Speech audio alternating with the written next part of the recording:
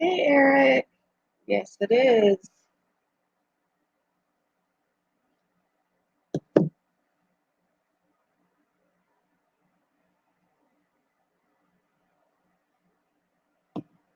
How are you today?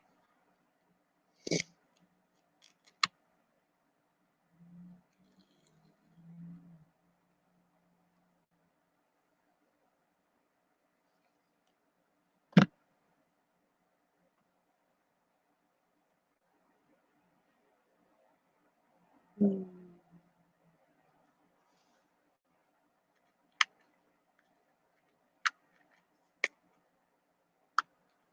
Good. Good to hear it.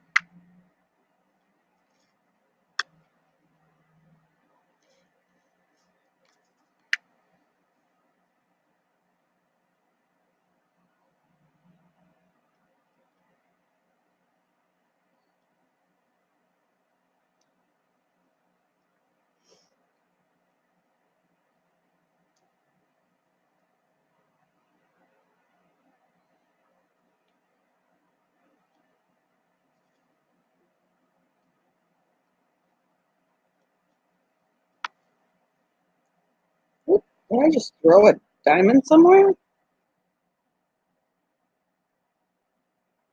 feel like something just went flying. Maybe that was my imagination. I do not know.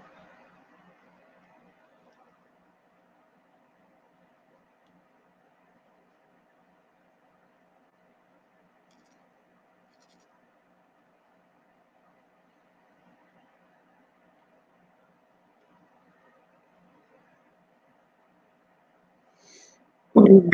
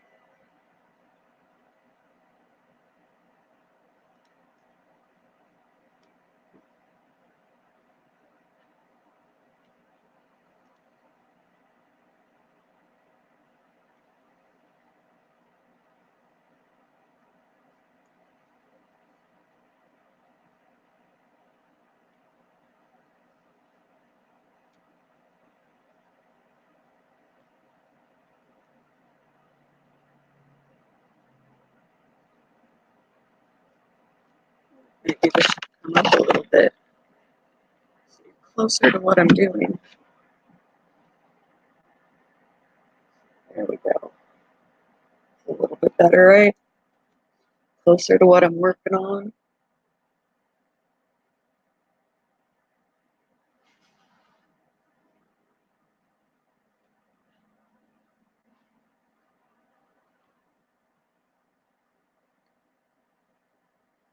Hey, Angela. How are you?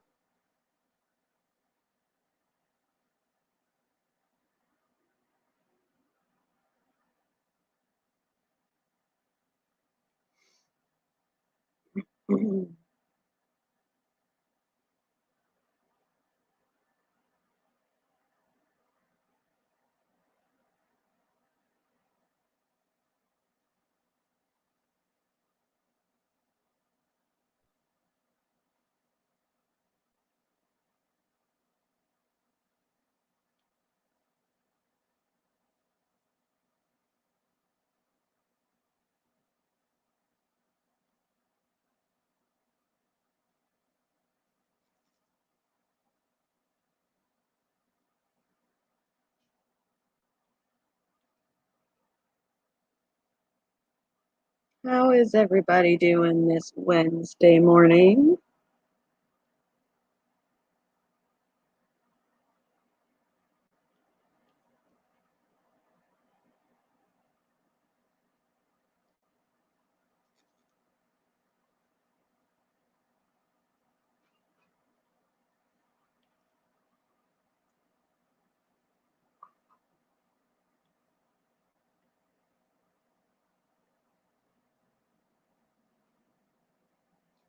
It is large. It is 50 by 50 centimeter.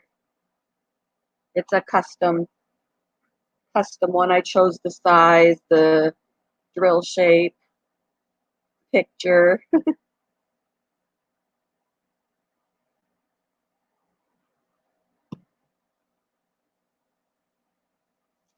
So it's taking me quite some time, although I've also set it aside several times. So I'd be further along on it if I was all working on it consistently, but other things to do as well. But the benefit to this is I don't have to buy another one so soon. Hey, Nanya, how are you? Good morning, good morning.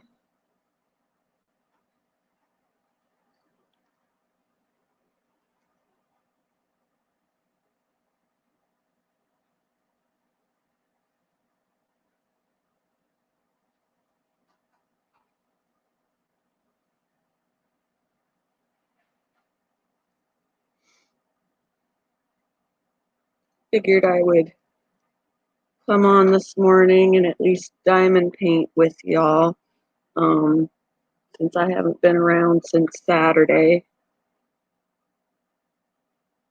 Wanted to take a little bit of a break.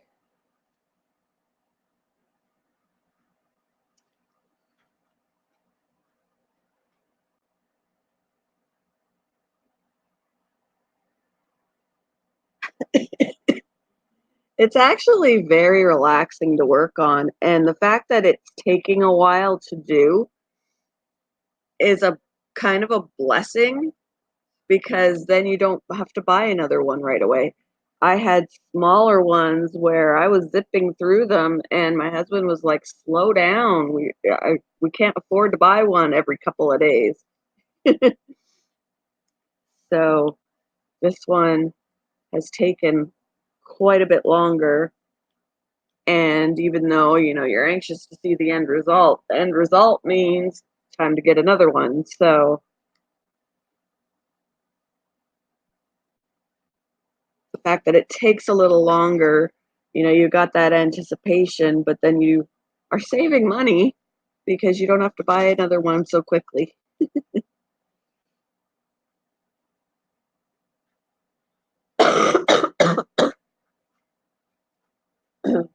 Sorry for the coughing, guys. I still got a bit of my cold. I feel fine. I've just got a cough and a sniffle, and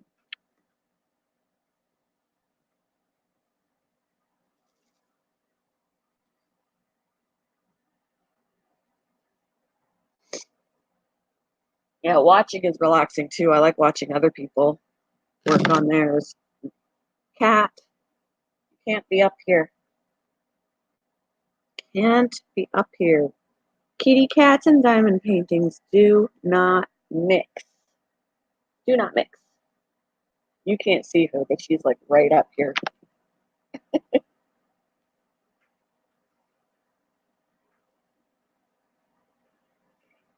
She's off. Um, Try like Joann's or Hobby Lobby. I got all of mine on Amazon. You can also get them on Wish. Um, it's just, because of where Wish ships from, it's going to take you a while to get it. But I've been pretty satisfied with getting them on Amazon, and your selection is a lot wider than if you go into a store.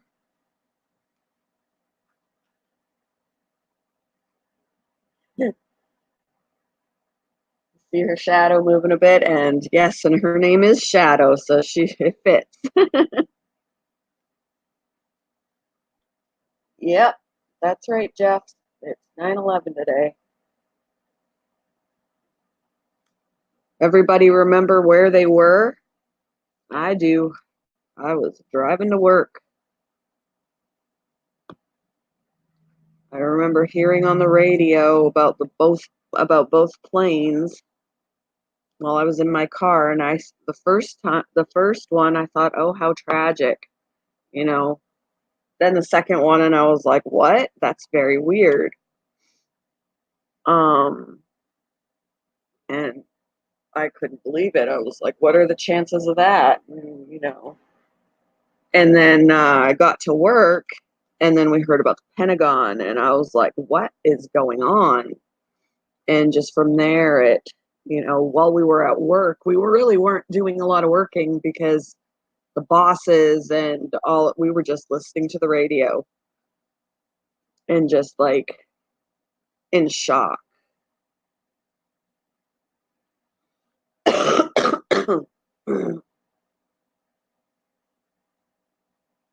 Oh, the nearest store is an hour away. Yeah. Ooh, you saw it? Oh my gosh.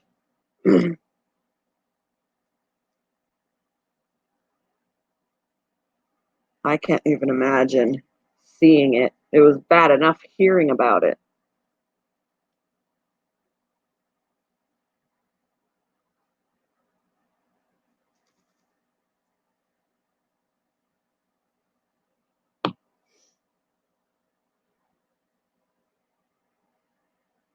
Oh wow.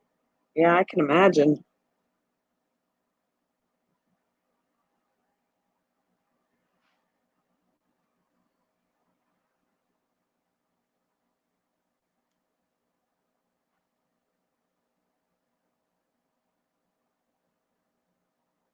You watched it on TV.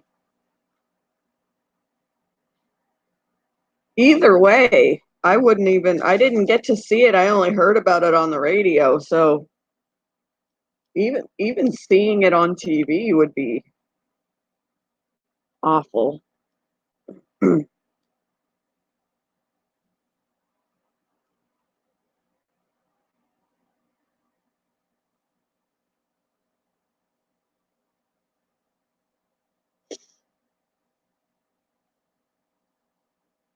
Oh, I can't even imagine. Yeah, see, we didn't have access to a TV at work, so we didn't get to see any of it. And I'm kind of glad. It was devastating enough learning about what was going on the radio.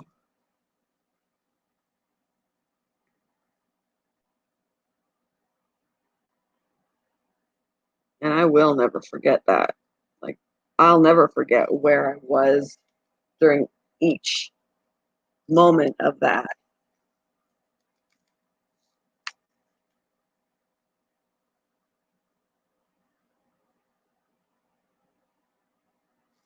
Yeah, and how can they say it didn't? Like, I don't even know. Towers are gone. People are dead.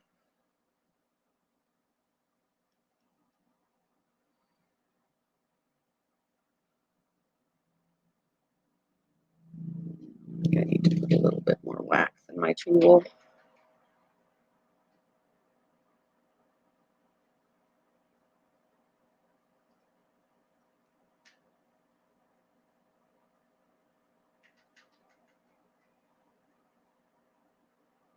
A hologram? So are all of the dead family members holograms? Like, come on, people. It was a hologram. Like, people were literally there. I mean, a lot of us could only watch it on TV or hear about it on the radio, but there were literal people running from the ash, uh, seeing it happen. That's not hologram. You can't smell a hologram, and I'm sure there were smells after all of that happened.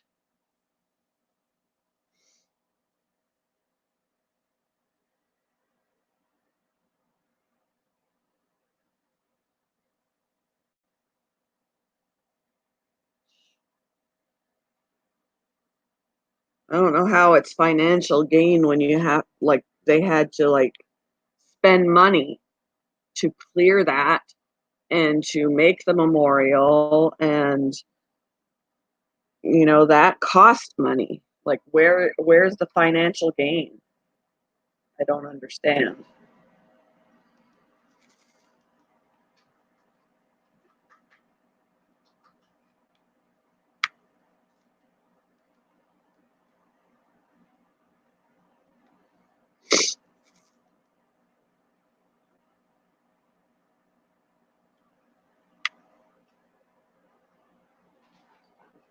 Oh, that's awful. I can't even imagine. Can't even oh,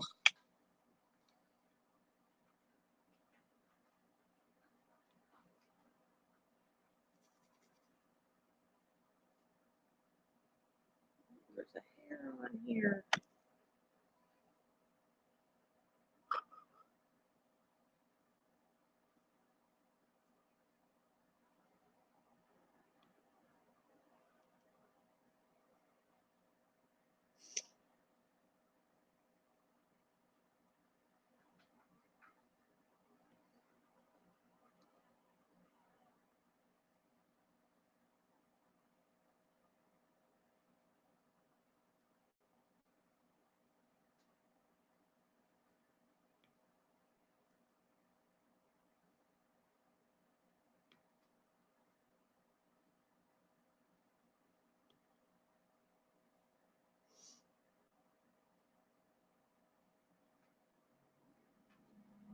Oh, yep, yep.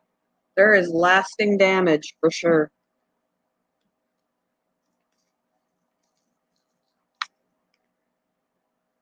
both emotionally, physically, for everybody involved, either as a surviving victim or family of a victim.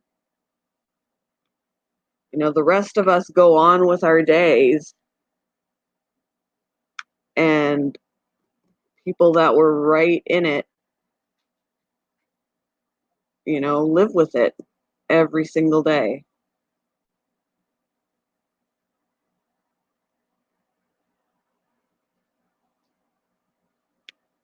It's not something they just think about once a year on the anniversary.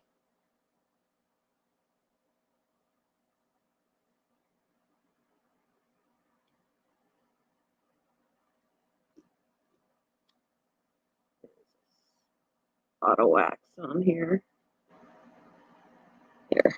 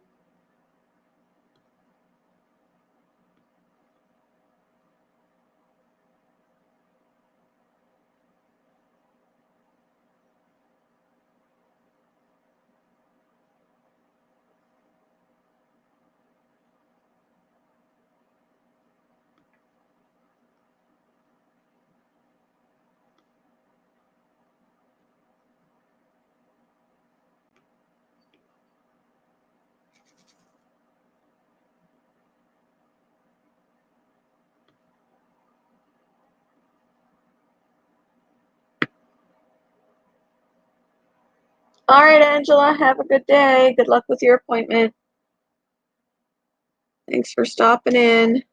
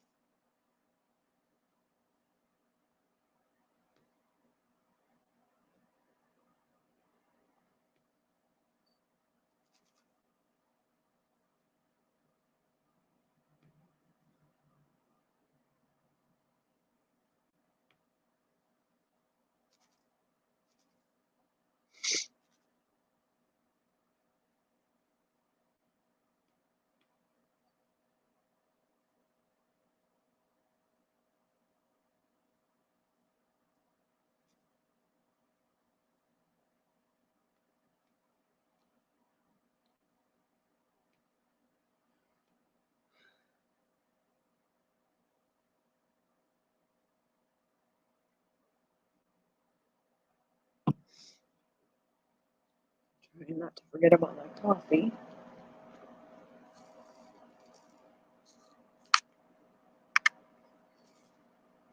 While I'm doing this.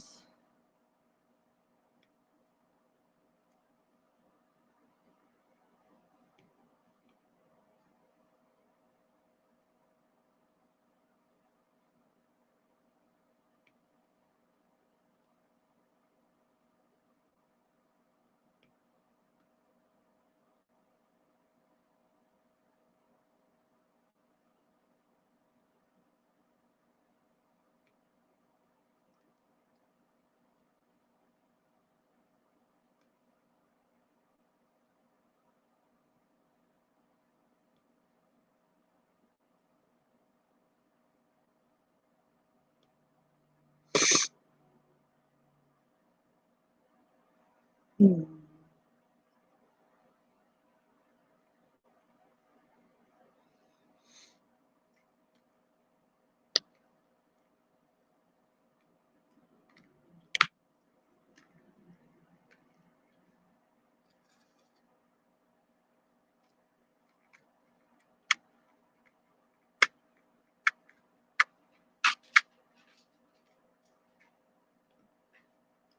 Hello to whoever is in,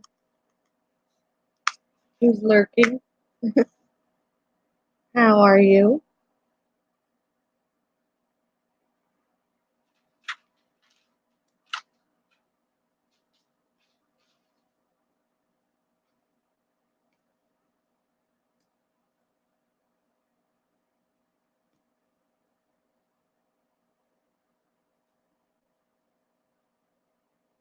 Hey, Chris.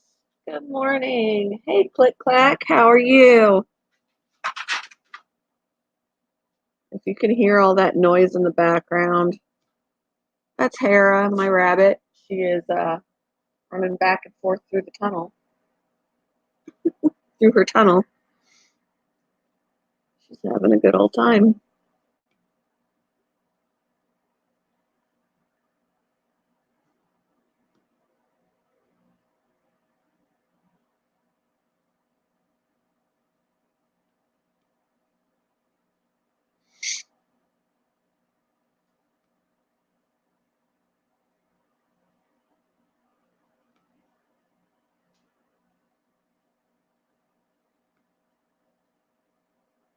See ya, Angela.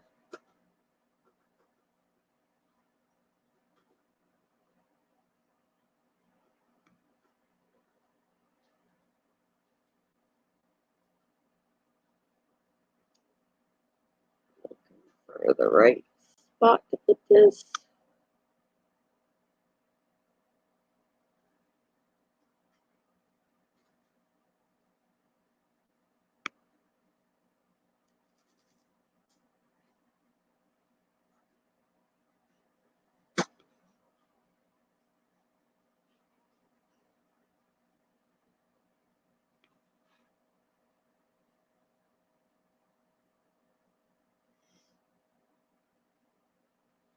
It's hard to believe the summer is over.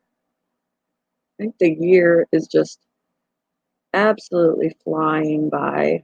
I don't think I have any more spots for this color. I feel like spring was just here, honestly, and now we're looking at fall. Fall is looming, although I really do like fall. I remember when I was younger, before I ever got married and all of that, it was my dream to get married in the fall, with the colorful leaves and, all that kind of thing. Then I ended up getting married in August. So I was close, but no cigar. August was really hot. Um, and then I got divorced. And then the second time I got married in the spring. I got married in May. So I never did ever get married in the fall. So, oh well.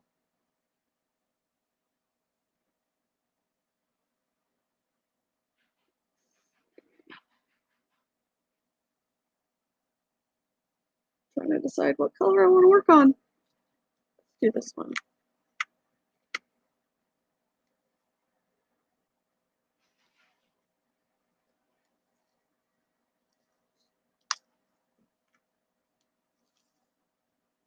But I do like the fall. I like fall for the colorful leaves, you know, listening to them crunch when you walk, the crisp, cool air. Can warm up during the day, but it's nice and cool in the morning. It just smells fresh. I'm not fond of my allergies at that moment in time, you know, when harvest comes around or anything like that. Um, and whatever goes on with the ground and the weeds and the grass and all of that and the trees that get my allergies going nuts. Spring and fall are the worst, although they do still have really bad pollen days during the summer.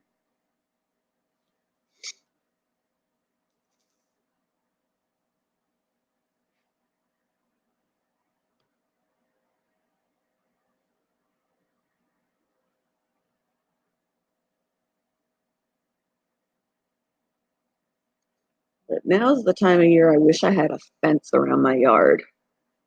I live on a corner, so even when I'm in my backyard, there's no privacy because we're on a corner. So when I'm in my backyard, I'm still just as visible to people on the street as I am in the front, which technically in the front, I have more privacy because we've got these big ass bushes. But so I could sit on the front step and not be seen. But we really don't have a yard in the front except for in front of the bushes, which is right next to the street. So can't really do that. I mean, I could sit on the front step and watch people walk by and they have no idea that I'm there, but you know, it's nice to be able to chill in your own backyard, but if I do that then I everybody can see me and I want a fence. I need money so that I could put up a fence and I could sit in my backyard and not worry about the whole neighborhood being able to see me. I don't think I need any more of this color.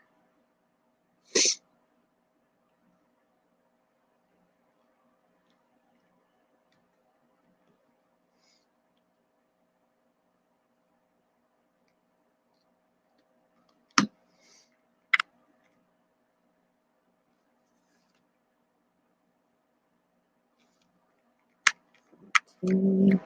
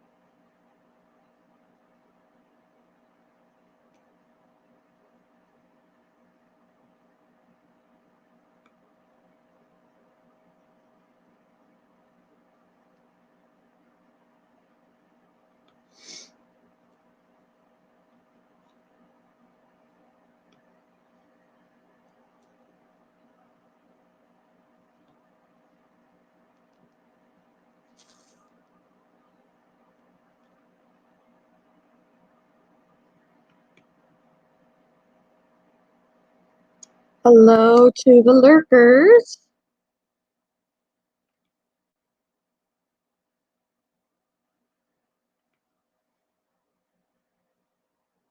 Are they reading the names of the people? That's cool.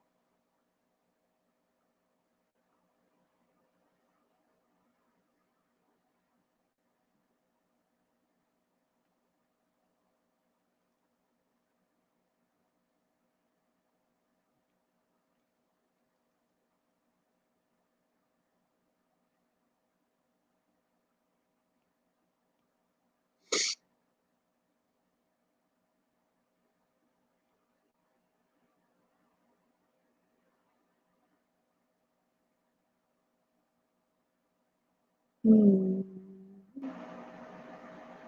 That's it for that color too.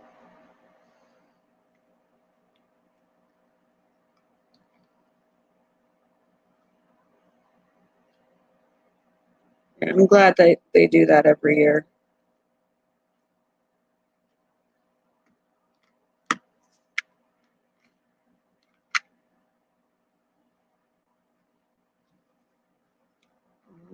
Four.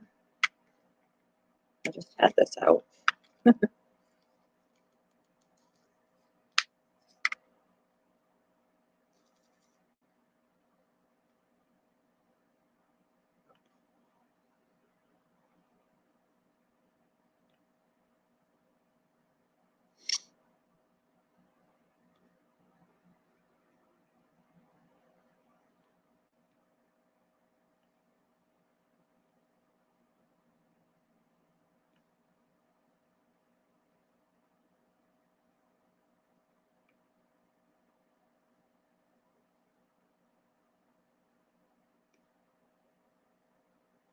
It is sad. It is.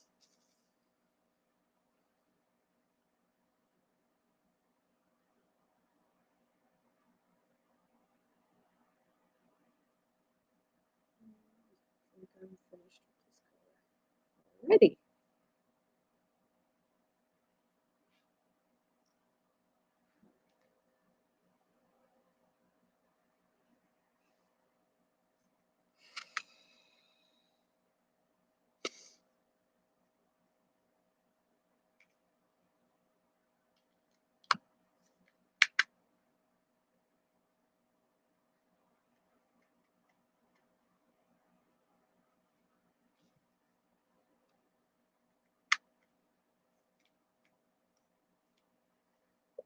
Ooh, excuse me. Welcome back, Nanya.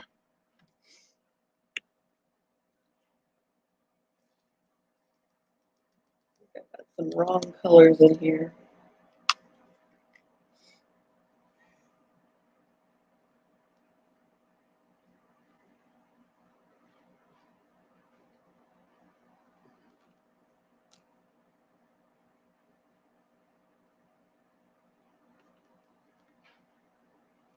Make sure that I pick out the right ones.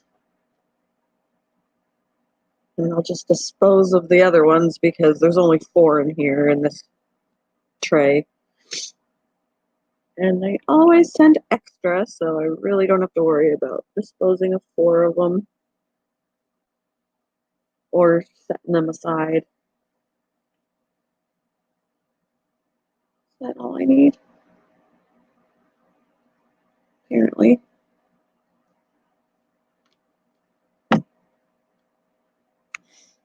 Thank you.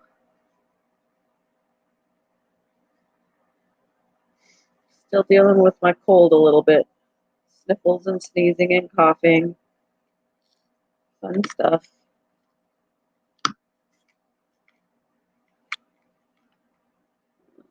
H17.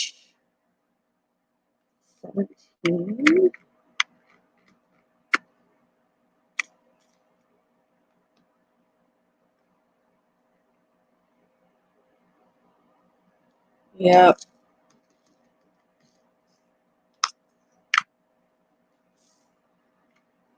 It's hard to wrap my head around how anybody can do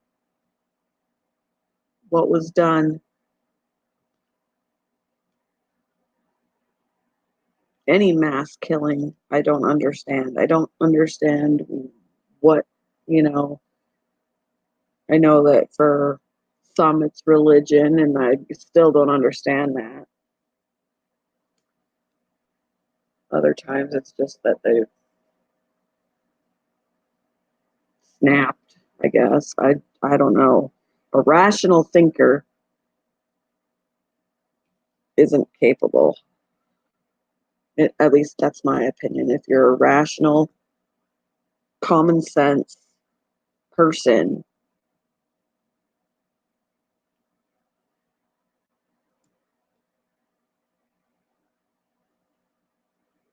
it would be unthinkable.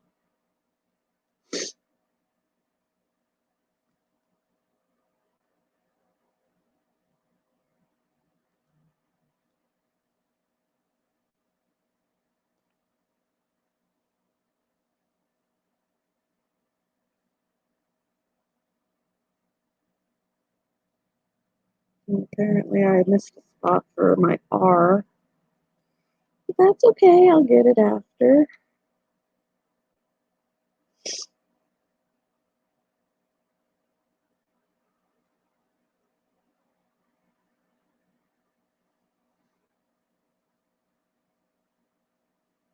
I think I'm done with this one already.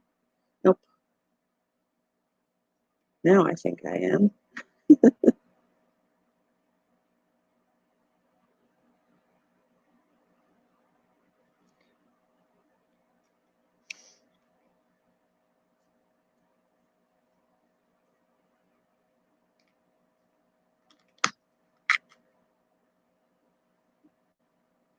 All right.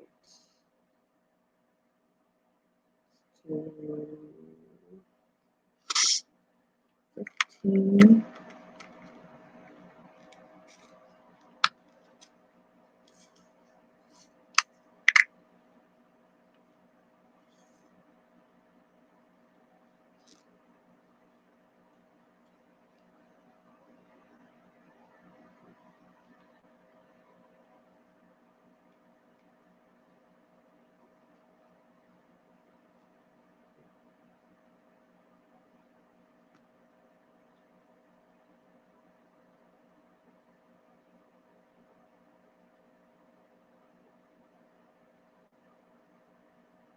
Yeah.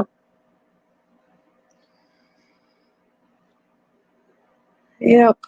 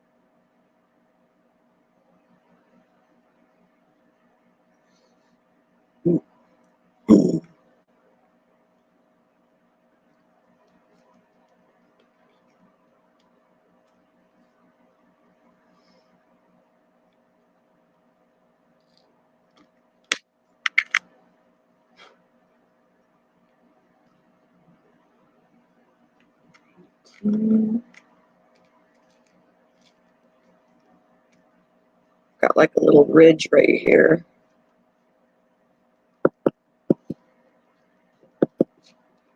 Flatten that out, I guess.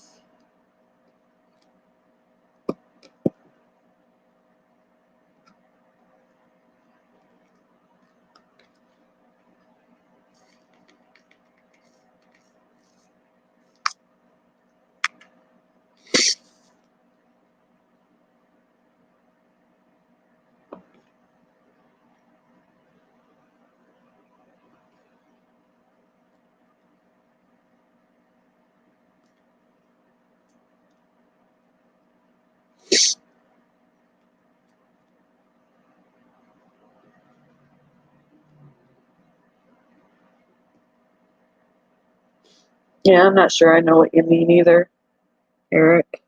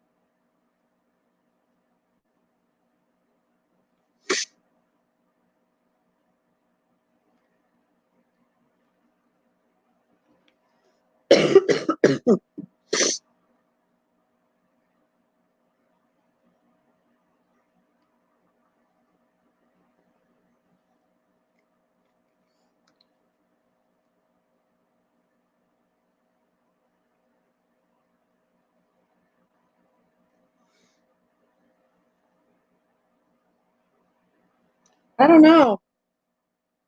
I am not sure.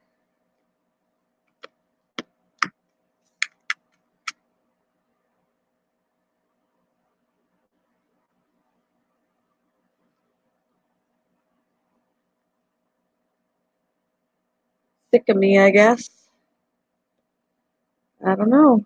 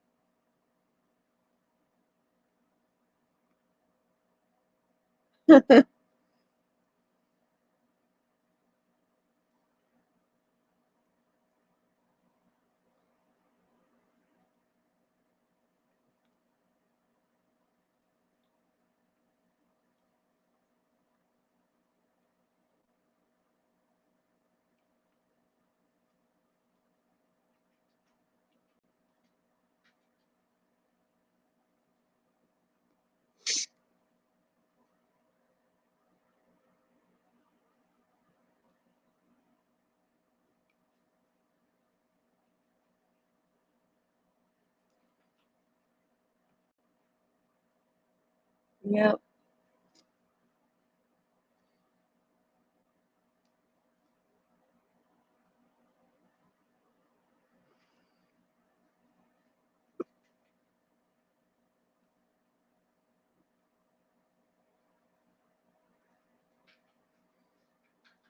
Hopefully, people will start trickling in. We'll see. We'll see.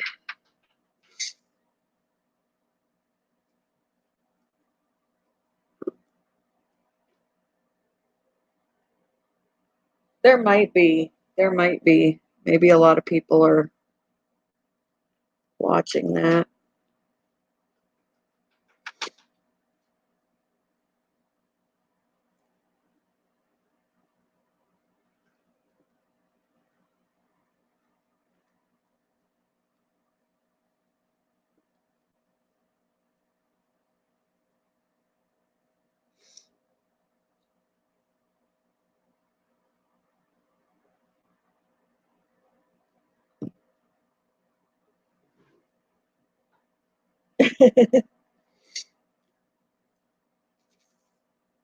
I've never turned on my TV. Um, we really do need. I keep telling my husband we need to get rid of cable. He'll watch when he's home, like he'll watch his programs and stuff when he's home. But I'm always a YouTube or Netflix person. Like we're spending way too much on cable for hardly ever watching, and it just I don't see the point. Cable bill keeps rising, and they take away stations, and I'm not watching very much. I'm like, get rid of it. Get rid of it. But he hasn't taken that step yet.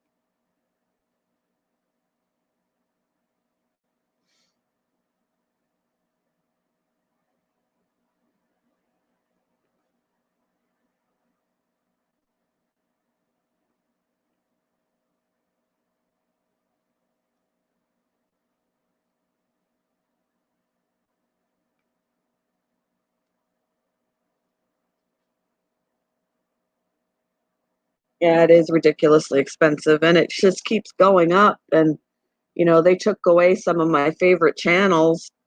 It's not part of the package that we're paying for anymore, and that pisses me off. I'm like, "I'm paying more, and they're taking away the stations I would actually watch." So,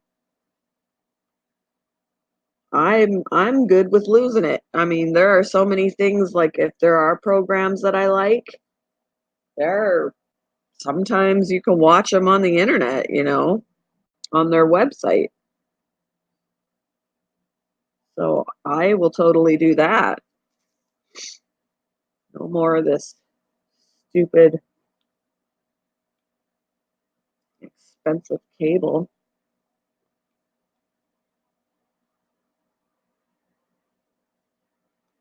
But I'm still trying to convince. I mean, he's convinced that we should get rid of it, but he hasn't taken the step, and I don't know. I don't know why. Especially because we are tight on money. I'm like, all that money we're putting towards cable, we could be putting towards something else. So I don't know what is holding him up in lowering the boom on that. I don't know.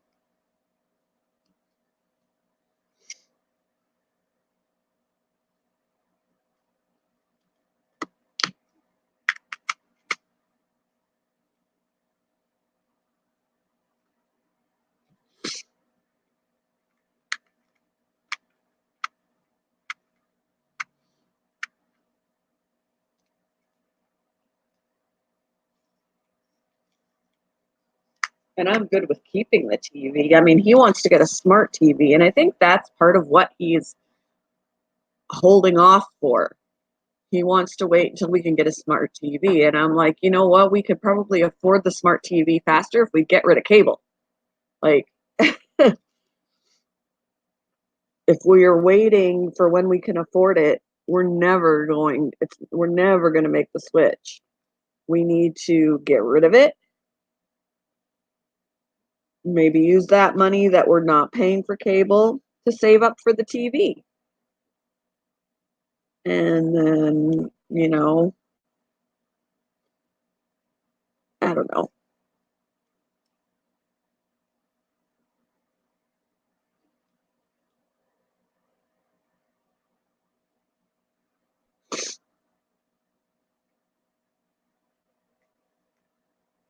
Yeah.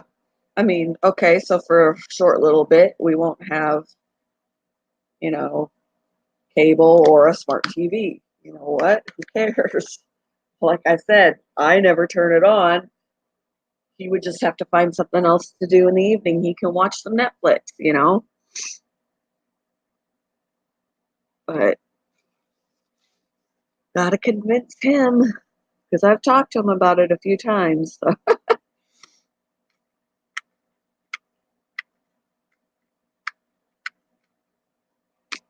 and there are other things that we want to do too. Like we want to fix up our house a little. We got a lot of things to do to this house. And if we're waiting until we can afford it, it's never going to happen. And he's always complaining about the house. So, we got to take a step somewhere because our financial situation isn't going to magically get better, you know, with the jobs that we've got. We'd have to make some changes.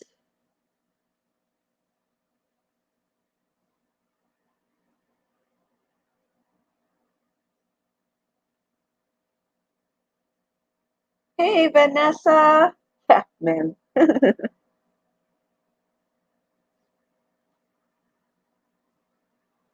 it's a quiet, quiet stream today. But partially why I am doing this because during conversation lulls, there's something going on.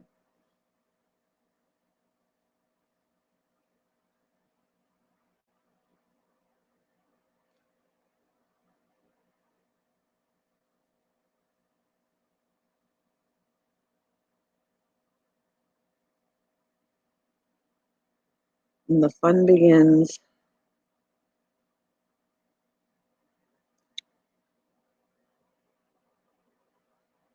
That's crazy. That's just showing that person's true colors and that I made a good decision.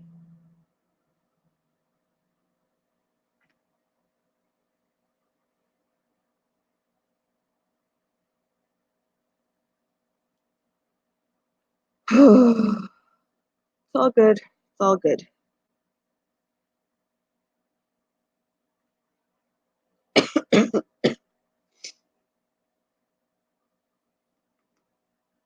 I forget what I was working on.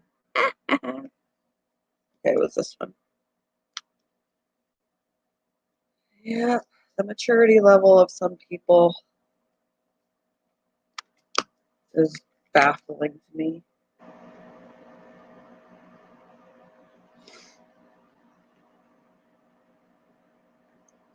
I mean, that person is supposed to be an adult. Like, seriously?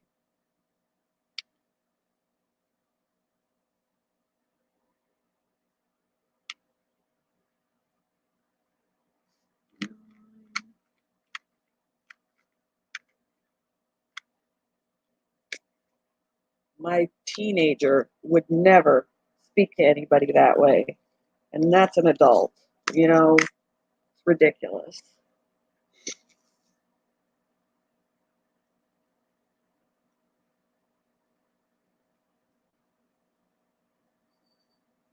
What's funny is that particular person told me that I lost their support, but now they're coming in here with another channel to insult me.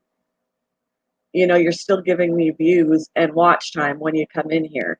So have I really lost your support? I mean, come on now.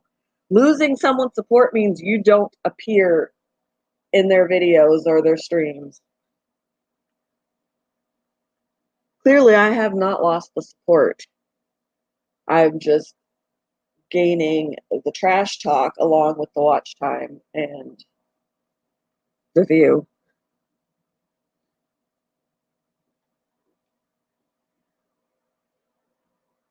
Adulting, exactly. Adulting is not easy for some.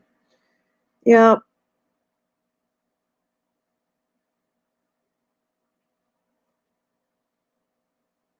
I know it is. And that's what I mean. Like, that's supposed to be an adult. And that's something that even a common sense child knows is wrong to say and a wrong way to act. A child knows that. A child that's brought up properly, anyhow.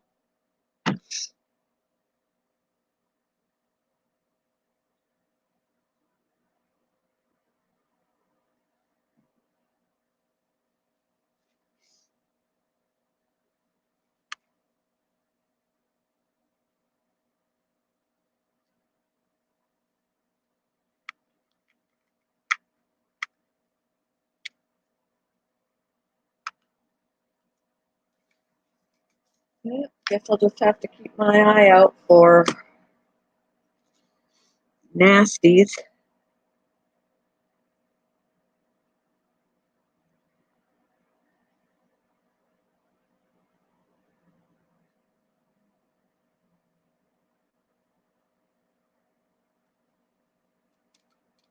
Forget what color I 16. Forget what color I just poured into here.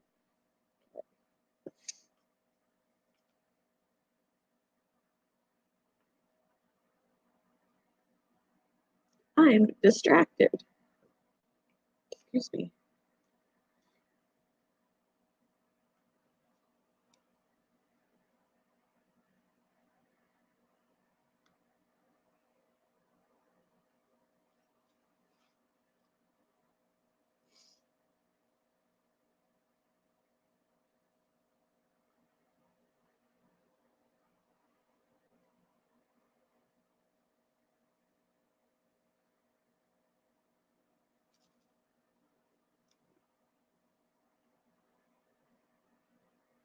But you know what? I just went back and I read the comment again, and I'm almost want to giggle everybody dies, so one day I will, but so will he. So you don't have to hope I'm gonna die because one day I will, along with you. Not really like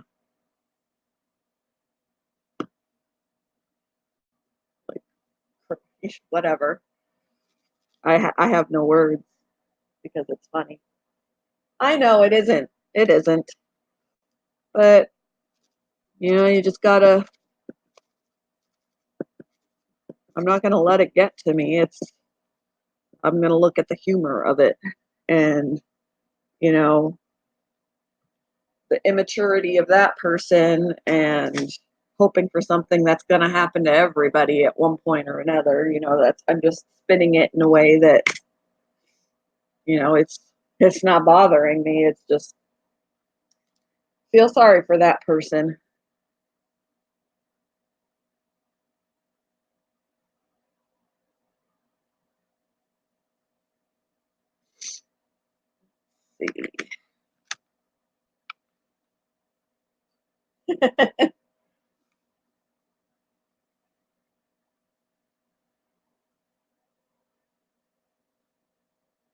Like, okay, so the person got blocked and they have to come in here and be all nasty.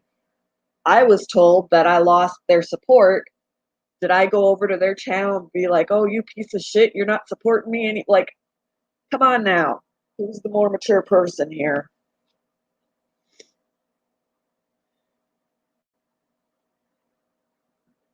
It's not the end of my world to lose that person's support. Apparently, it's the end of their world to be blocked from my channel that they said they weren't going to support anymore.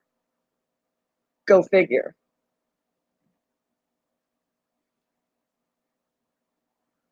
I mean, what does it matter if you're blocked if you weren't going to come and support me anyway? You know?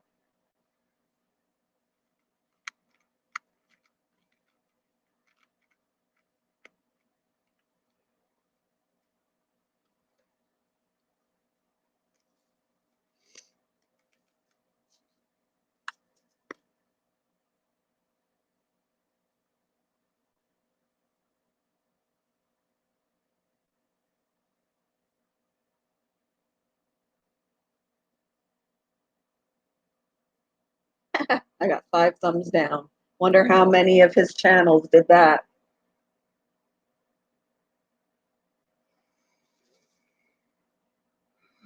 Apparently, I've got some haters, but oh well.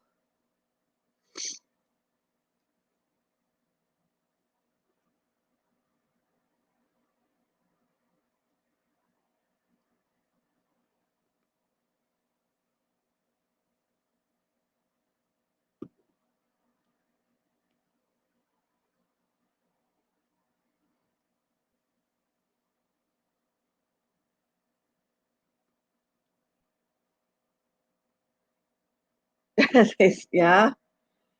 Well, I wouldn't say I've made it big, but I have apparently become a YouTuber with haters.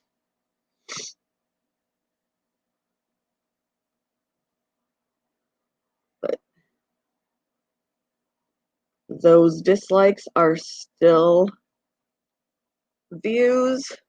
And even if they didn't view it and they just it's still a rating and YouTube will count it. And it doesn't mean that um, it doesn't count it as I mean, they're not going to pull me down because I got some thumbs down.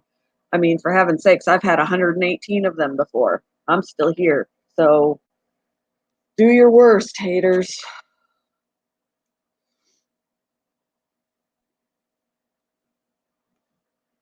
I'm diamond painting. I talk about animals. I'm a terrible person. I'm human. I make some mistakes. I make some bad judgment calls. But when it comes down to it, yep, like or dislike, it's all the same. Yes, that stream was funny. That was definitely a funny stream. Like, yeah, come on, more, more.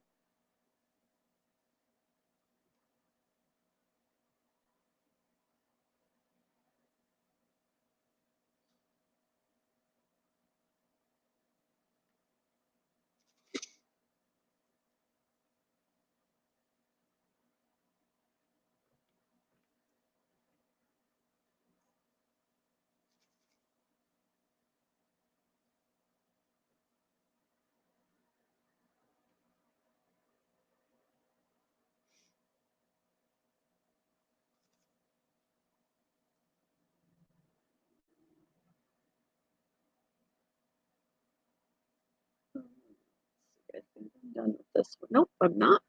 One right there.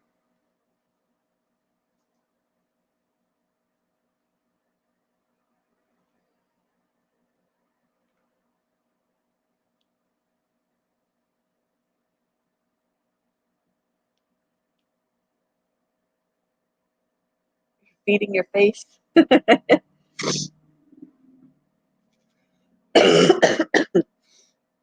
My snails are still doing well. I went ahead and euthanized Hummus because he was doing very that spot on him was getting worse and worse, and it was getting deeper. Um, he wasn't using his fin anymore, um, and I could actually see bone. That's how deep his wound was getting. So I made the decision to euthanize him. Um, I have put some Melafix in the tank to treat it a little bit every day, just to make sure that whatever caused that is gonna not happen to the other fish. Um, yeah, I felt bad because I mean he was still eating and stuff, but it looked painful. And, as deep as that was, and I could see bone, I didn't know, I just didn't want him to suffer. And I don't know how much pain fish feel, but to me that looked painful. And even though he was eating, he was not using that fin. So um, he was starting to swim a little funny just because, he wasn't using that fin. But I just I thought that was probably best for him. I didn't want him to suffer. So it you know within 5 minutes he was gone. Um, as soon as I put him in to euthanize him, I felt really bad. I wanted to cry. um, but it put him to sleep quickly, and then you know after he was put to sleep, that's after when they die basically in their sleep, so it's painless.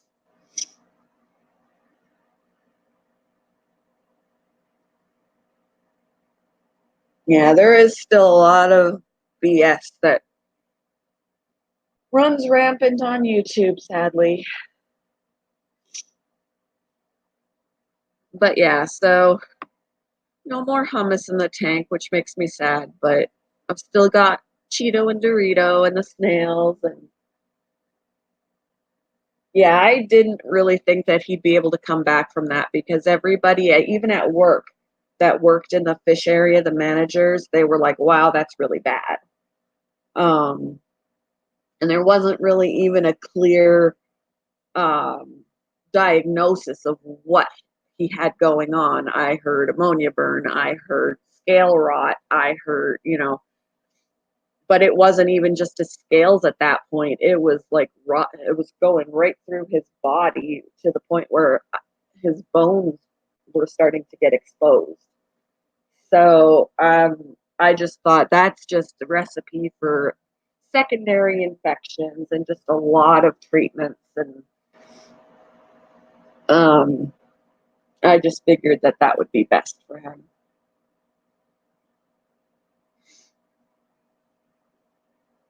So it makes me sad.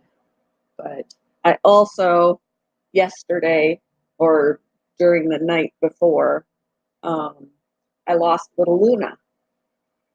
And, there was that possibility because of how young she is, or was, um, weaned too early when they still need their moms. You know, it's it's harder to keep them going. She was fine the night before. She's fine the night before. She was eating, she was running around, letting me hold her and things like that. And then yesterday morning I got up and she was gone. So, oh, yeah. But I do think it was that she was just too young. She was too young. Hey, Jess.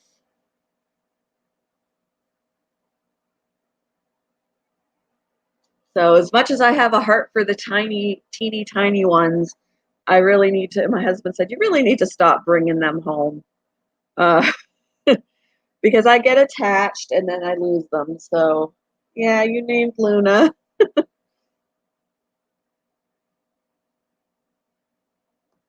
Yeah, but everybody else is doing all right. Everybody else is doing all right. So that's good.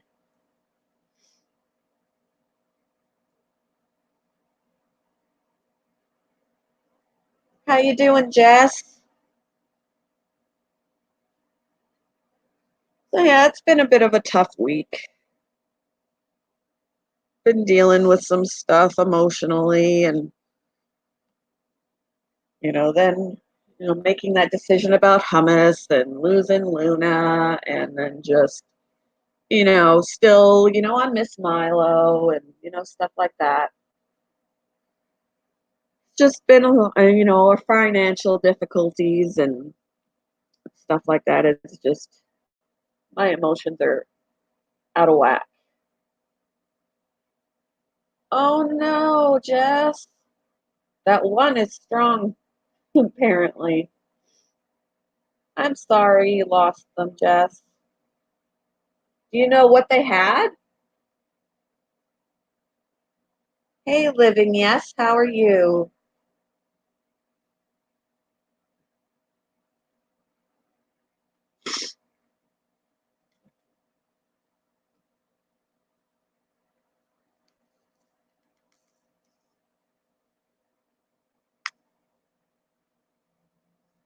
Karma is coming back.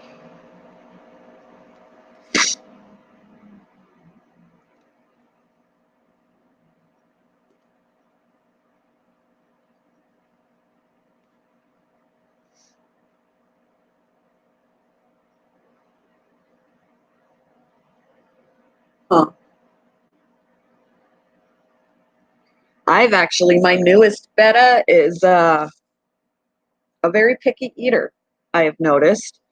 When I first got him, he didn't want to eat. And I was like, okay, whatever. And I thought, oh, he's just stressed, no biggie. What am I working on?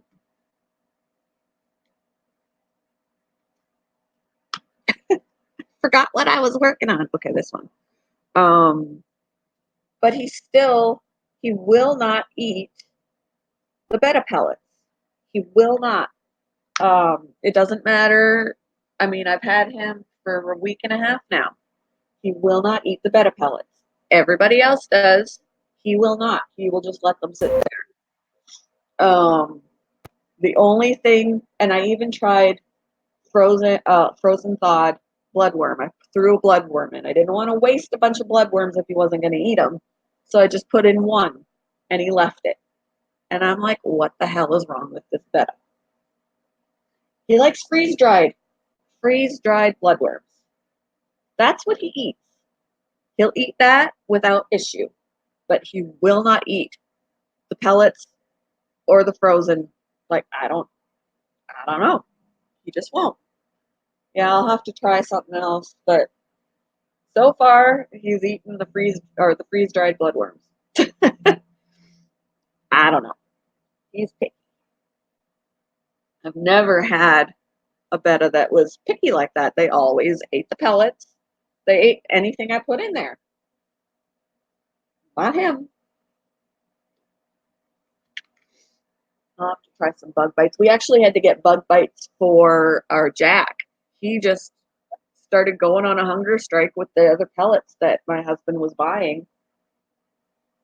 Um, he just wouldn't eat them anymore. Just all of a sudden, just wouldn't eat them anymore. So now, as of last weekend, my husband bought bug bites for them, and he's actually eating them. It took I think it took a day or so before he realized this is not the same thing that he was getting, and he tried it and he was like, oh, okay, this is good. So now he eats that.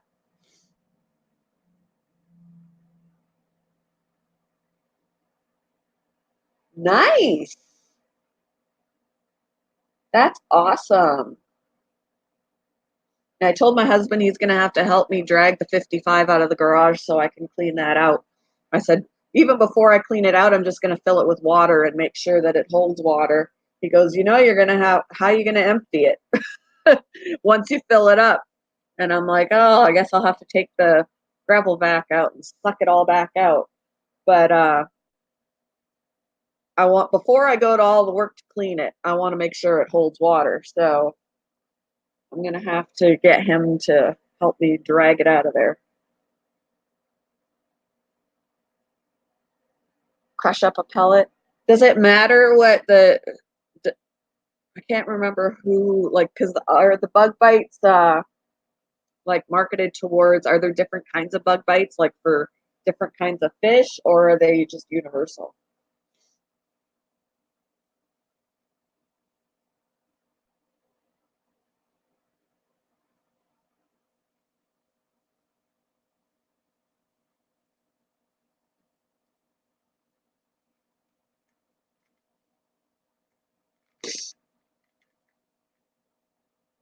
It should be, okay, yeah, because that's what we have is the cichlid formula. I mean, bugs is bugs, right? Hey, Jenny, how are you? I missed your live this morning. I had popped in as you were ending yours.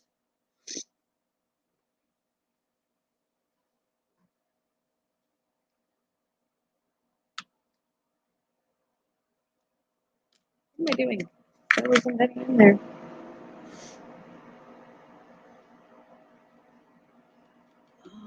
Okay.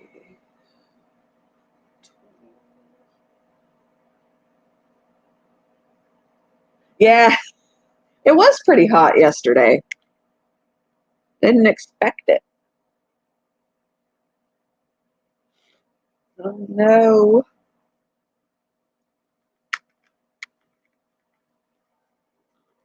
Even last night, I went outside and I was like, wow, it's kind of muggy.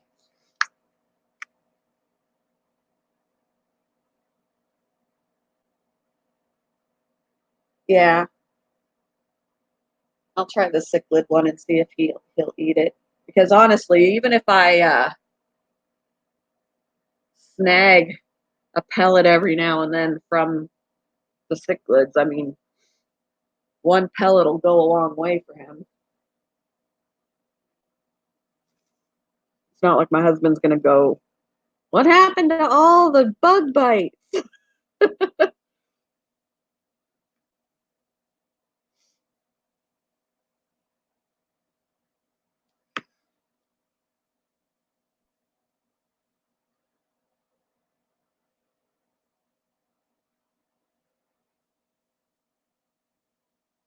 Yeah, I'm just baffled that, the only thing that he'll eat, because when I put the pellets in, he'll grab one, but then he spits it out and then he leaves it there. But he literally, I've watched him and he didn't take the frozen bloodworm at all. Um, but I've watched him and he will eat the freeze dried. I don't know. Maybe I need to try the fruit fly culture again. Start culturing my fruit flies again.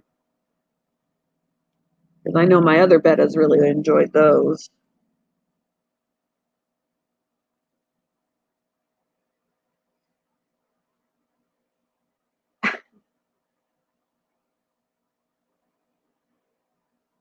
Oh no, feed your plecos.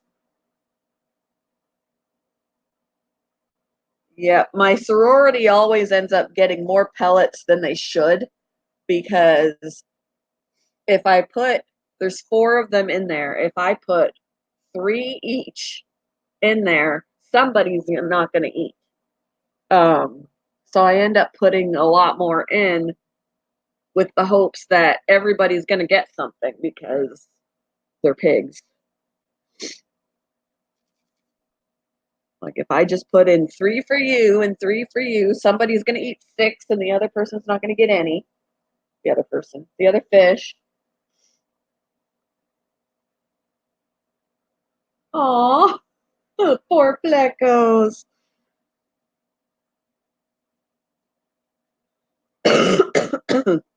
I'm distracted and I can't remember what I'm working on. It was this one.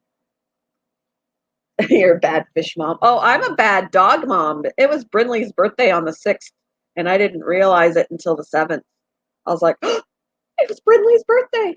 I totally forgot.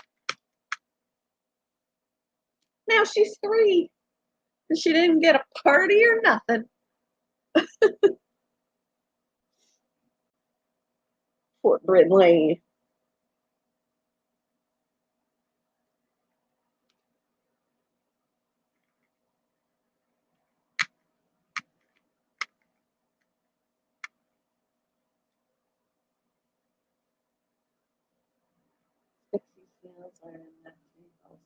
Oh, that's cool.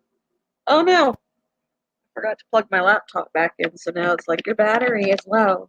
I'm glad it makes a noise because I wouldn't have noticed.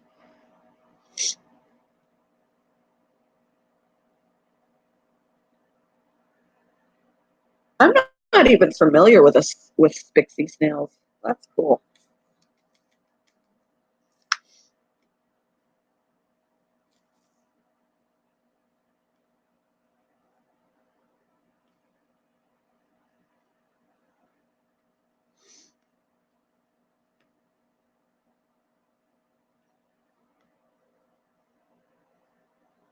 Last yellow mystery snail. Oh,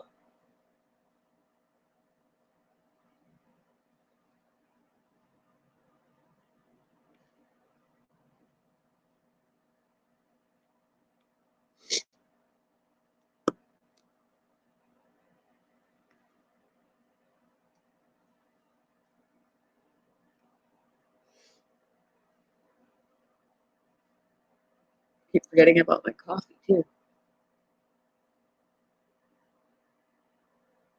I feel like the tank has, with the goldfish and the snails, has been clearer since I last cleaned it out. It's not as foggy and bleh.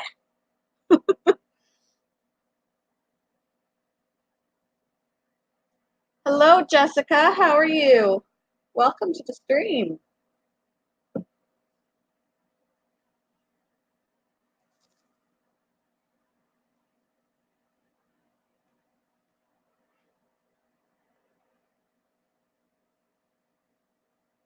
Yeah, you should, Jessica. It's fun. It is definitely, it's relaxing. Um, there's a little bit more of a danger when you're live streaming to put something in the wrong place, which I have done. Or I'll be like, what color was I working on? But otherwise, it's very relaxing.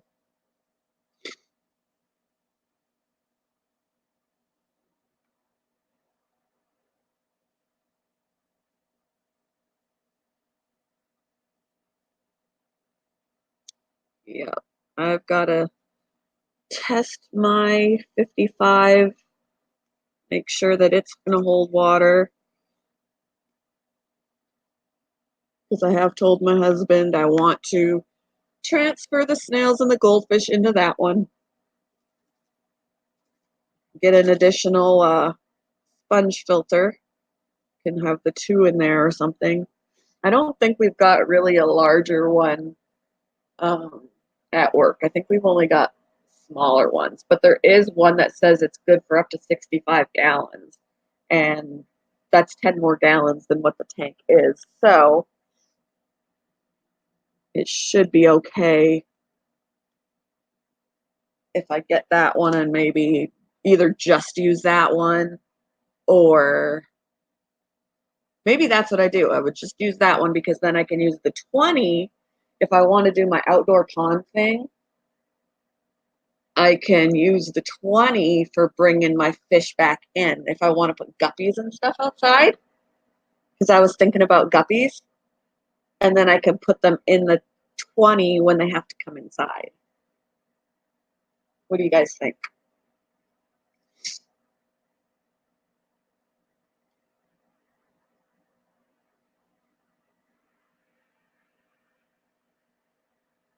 Ooh, the water lily is opening. Yay. We have there's a big old hang on the back filter in the tank in the garage, but I don't think it works. Because I think we got some things with the tanks, because we got the tanks for the twin 55 with the twin 55s with the stand. I think we paid $100 for, used from a friend of my husband or a coworker, I think. Um,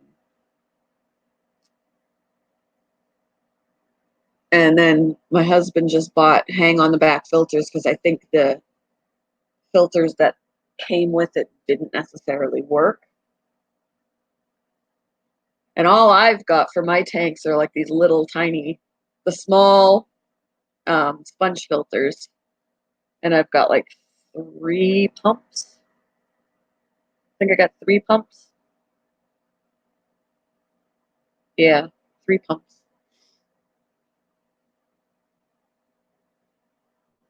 Yeah, yeah. So I probably then would just use both of my sponge filters. Like get one of the other ones that's good for 65 gallons, up to 65 gallons. Get that, and then put this other one in there. So that I like have one on either end or something. Um, and then I'll just need to get another one for the 20 for when whatever I put in there that I can put outside, and that kind of thing. I really want to have my outdoor pond type thing. Oh, that's what you've got is to hang on the back? That's cool.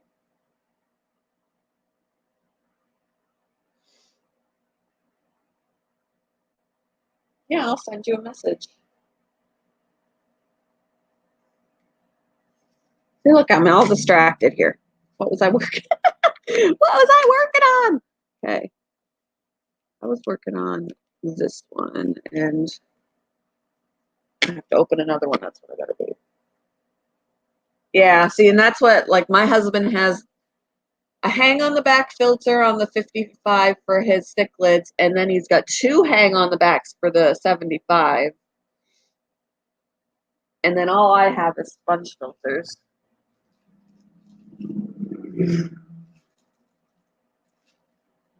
This is 939. He'll have to give me a lesson on the hang on the back, how to keep them clean and stuff. Since I've only really messed with the sponge filters.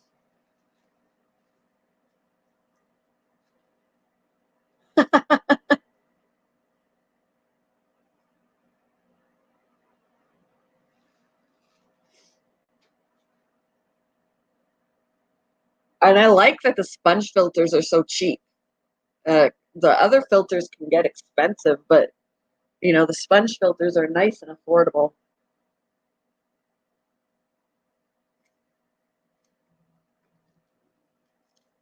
I think all of mine, I got mine on Amazon at the time, and I think I paid like $4 or $5 for each one.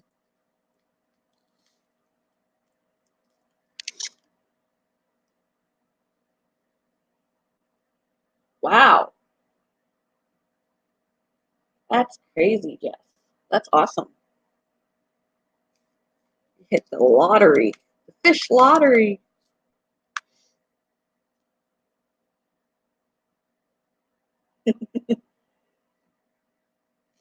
The fish tank yo-yo.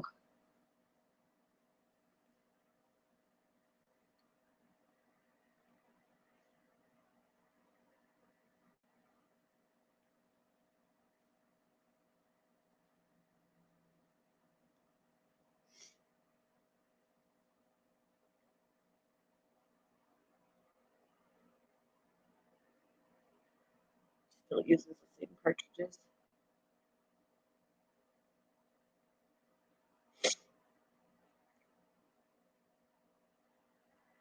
That's cool. That's cool that you did that. You can't pass that up. And who knows, maybe one day they'll come in useful for you. You know, if you didn't give them to somebody else, they could still come in useful for you because you don't know. Maybe you want to expand with your fishies.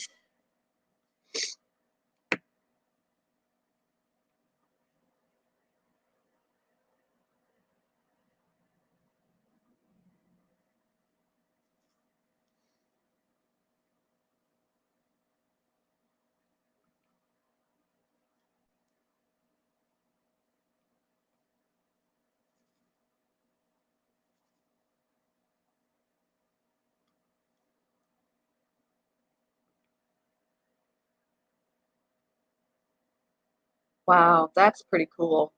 Yeah, we got our twin 55s with the stand for 100, and then our 75 we literally paid $75.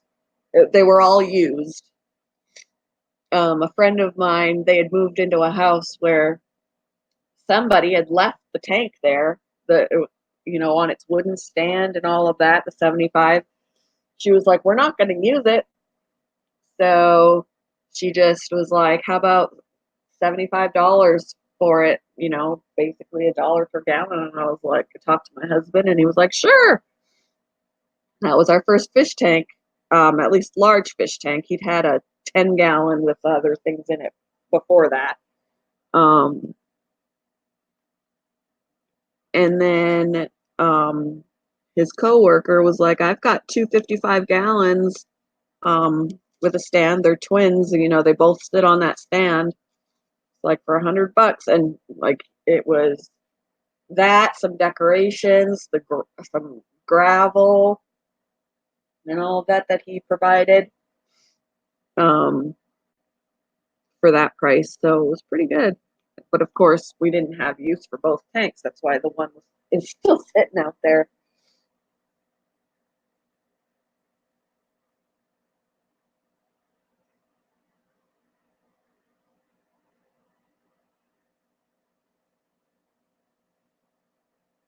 Yep. Yeah, that's what I like about working at the pet store too, is that I can get things for cheaper. And as far as I know, even when we have $1 per gallon sale, which eventually we will, I think I still get my employee discount on that sale. So that would be like awesome.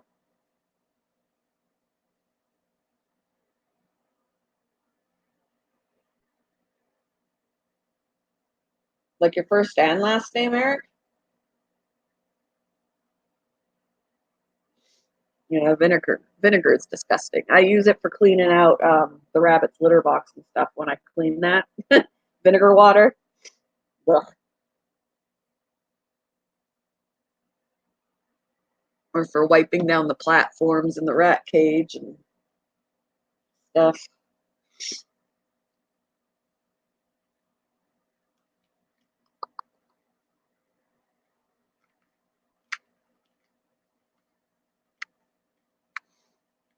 Where is... Oh, where's my other... There it is. It's totally hiding on me. I'm like, where is it?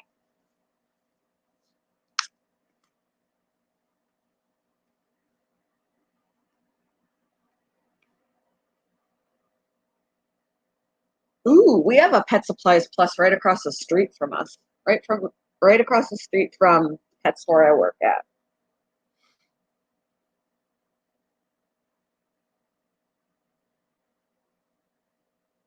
I think they're like one pet store that doesn't sell, although we have a pet warehouse as well, and to my knowledge, they don't have pets either.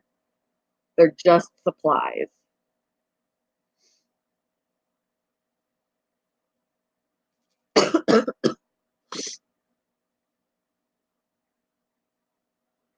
So Pet Supplies Plus, I believe, is just um,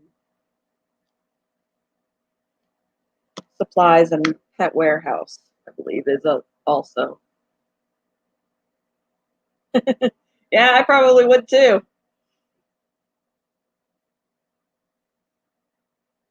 Big Wayne CEO, hello, how are you? Excuse me.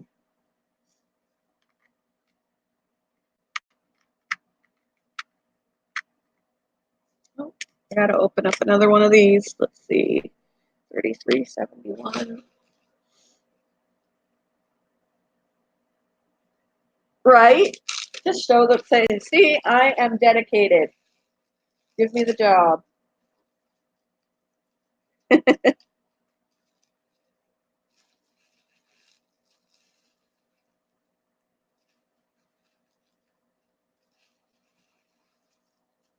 All right. 3371.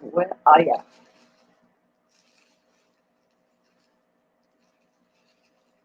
It's going to be the last thing that I pull out.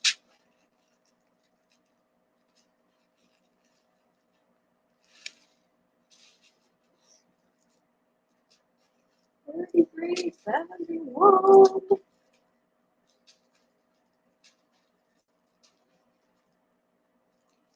Okay. This one is open. I'll just have to throwing diamonds at myself.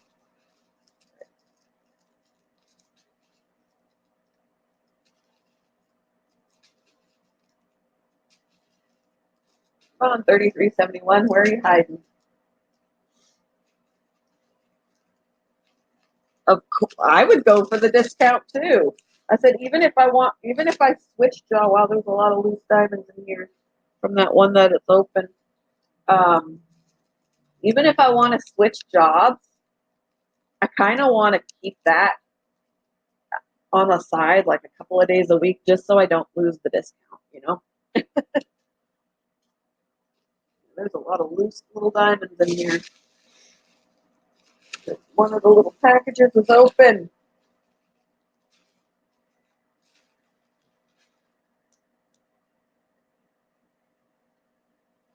All right, Big Wayne, thanks for stopping in. Thanks for the like, and have a great day. All right. So here's 3371. And then I'll put the other one that was open in its spot too. This one I can't get open. There we go.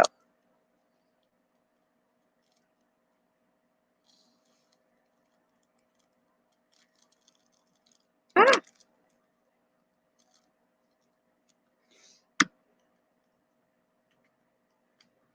All right, 3072 is 15. It's getting close to being. Where is it open at? I don't know where it's open at, but the diamonds are falling out. Oh, there's a rip right here. All right. I got it. I got it. Come on out, diamonds. Oops.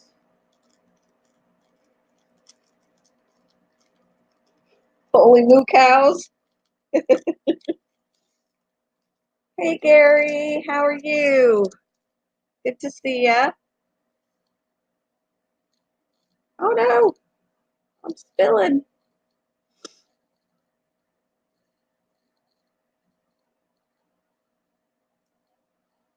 All right.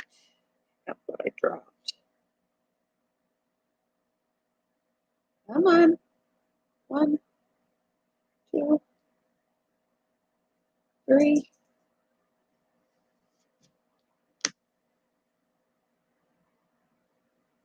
Sitting in the garage enjoying your break. I was enjoying sitting out on the front porch or on the front steps the other day. I think it was Monday. Monday? I think it was Monday. I was just sitting out. Yeah, it was because I brought Ian back to his dad's, and then when I got home, instead of just going in the house, I sat outside and just enjoyed. I tried to ignore the traffic because we live on a busy street.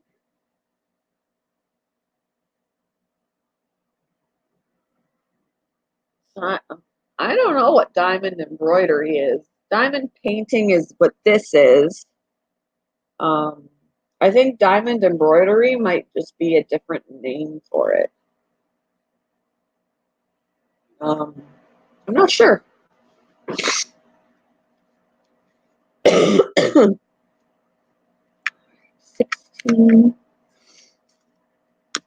X, that's here.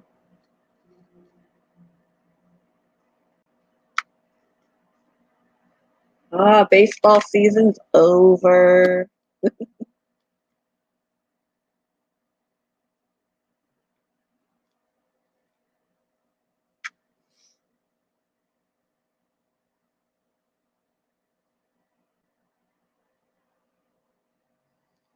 All right. 2.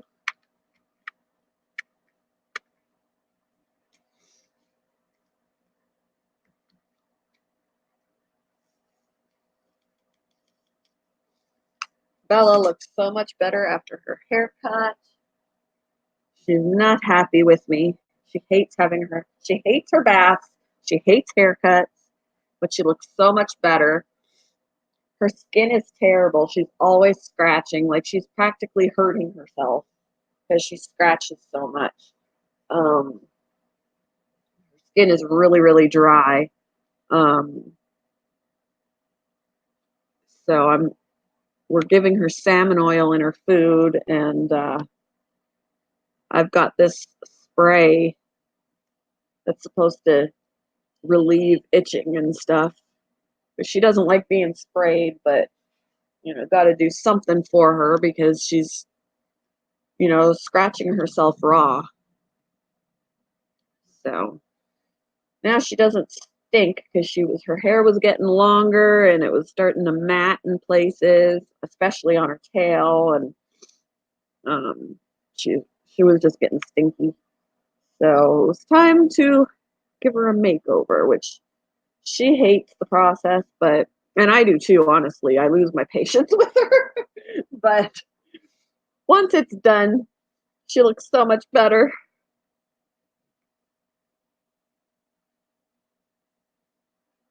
You'd think that being the dog of a groomer, she'd be well behaved, but nope, nope, nope. Yeah. Some dogs are really good about it, and other dogs are terrible for it. I don't know. I don't know what she hates about it so much. I mean, she's fine for having her body shaved, um, and all of that, but she can't stand having her feet messed with. So trimming her feet up to look nice is impossible. She can't stand her face being messed with. So trying to get her face to look decent is near impossible. So, and then baths altogether are just torture. She hates having her nails clipped.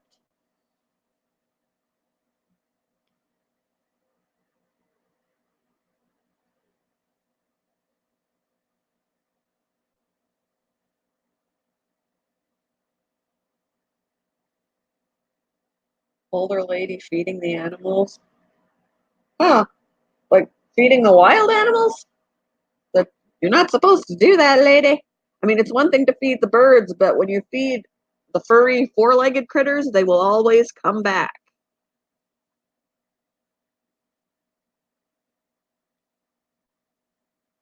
And that just creates pests. That and they'll start to not be able to rely on themselves to eat. Hi, Miss Bella. Where you going? Oh, she's totally ignored me. Miss Bella, come here. Miss Bella. Come here. No, she's just gonna look at me.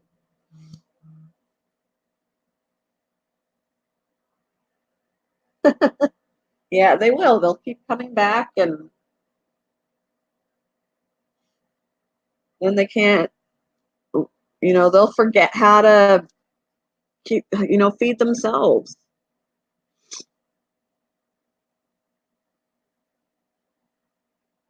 It's another thing I want when I have my fish pond above ground or however in the yard. I also want to have a bird feeder.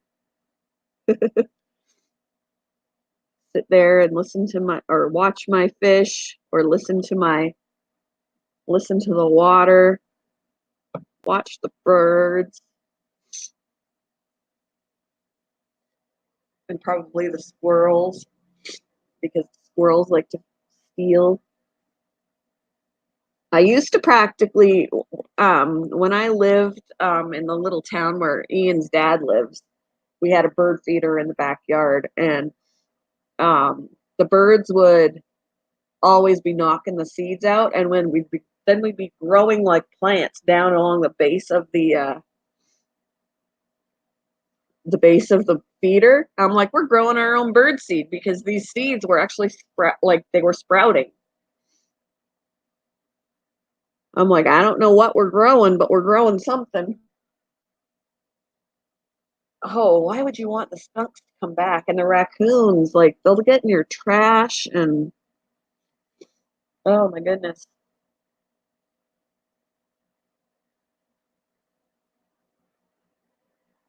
Ugh. Yeah, I bet they are. I bet they are. Skunks and raccoons are considered to be pests, and you don't want them to come back. Don't give them a reason to come back, lady.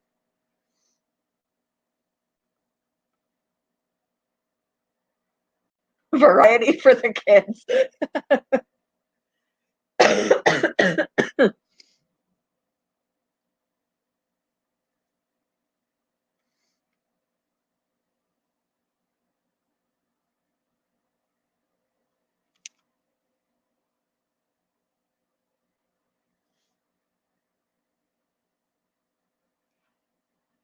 That's funny.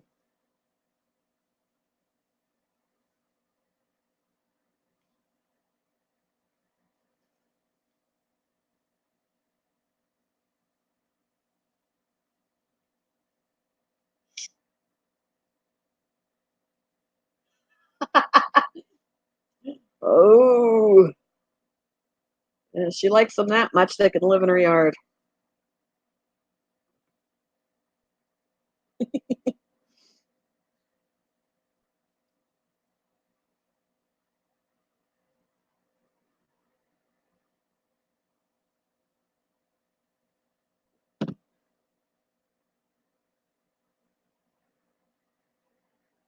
Kids don't play outside there.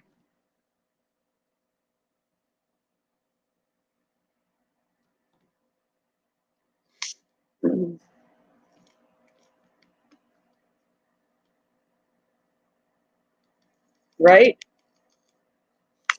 Once there's something to see outside, build it and they will come.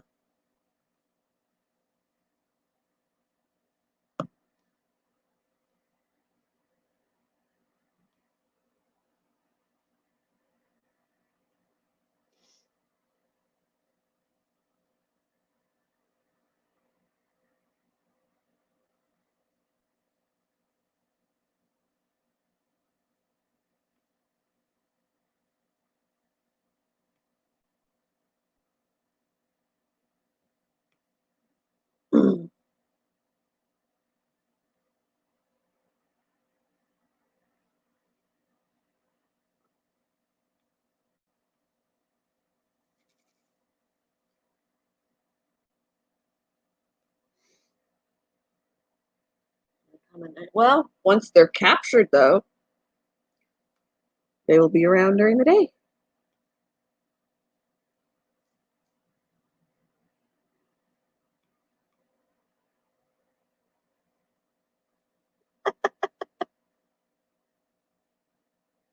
That's loud kids, wild animals in the backyard. Ah, funny.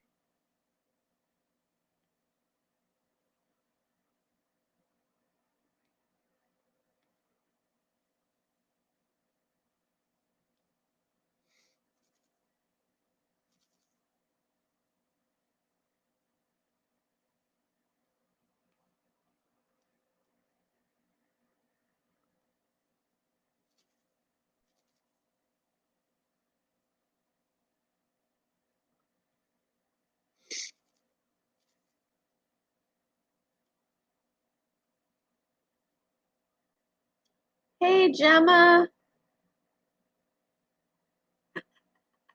Toss a dead fish in her yard near her desk every day. Oh, Lordy.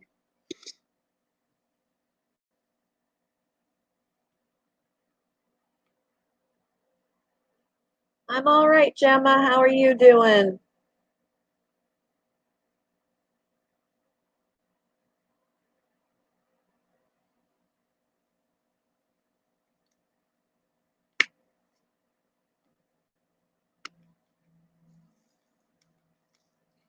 Boy, when I had the AC off, it was warm in here, and now that it's on, I'm chilly. I have to go turn it off for a little bit.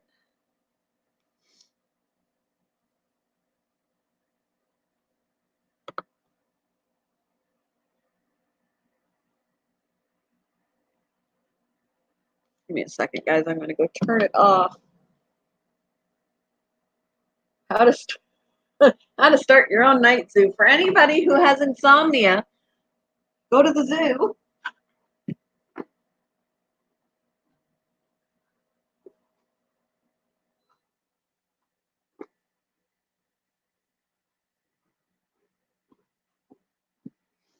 Turning on the fish lights. Fishy, fishies.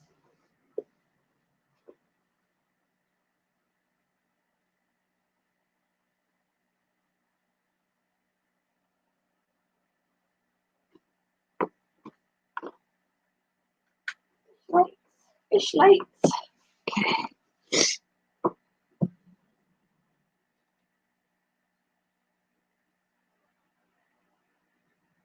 You leaving, Gary? All right, have a good day.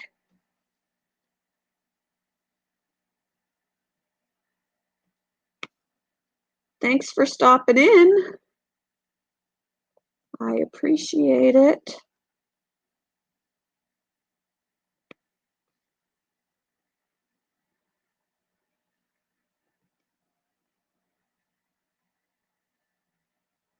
The neighbors' kids would love a night zoo. Yeah, that would be pretty cool.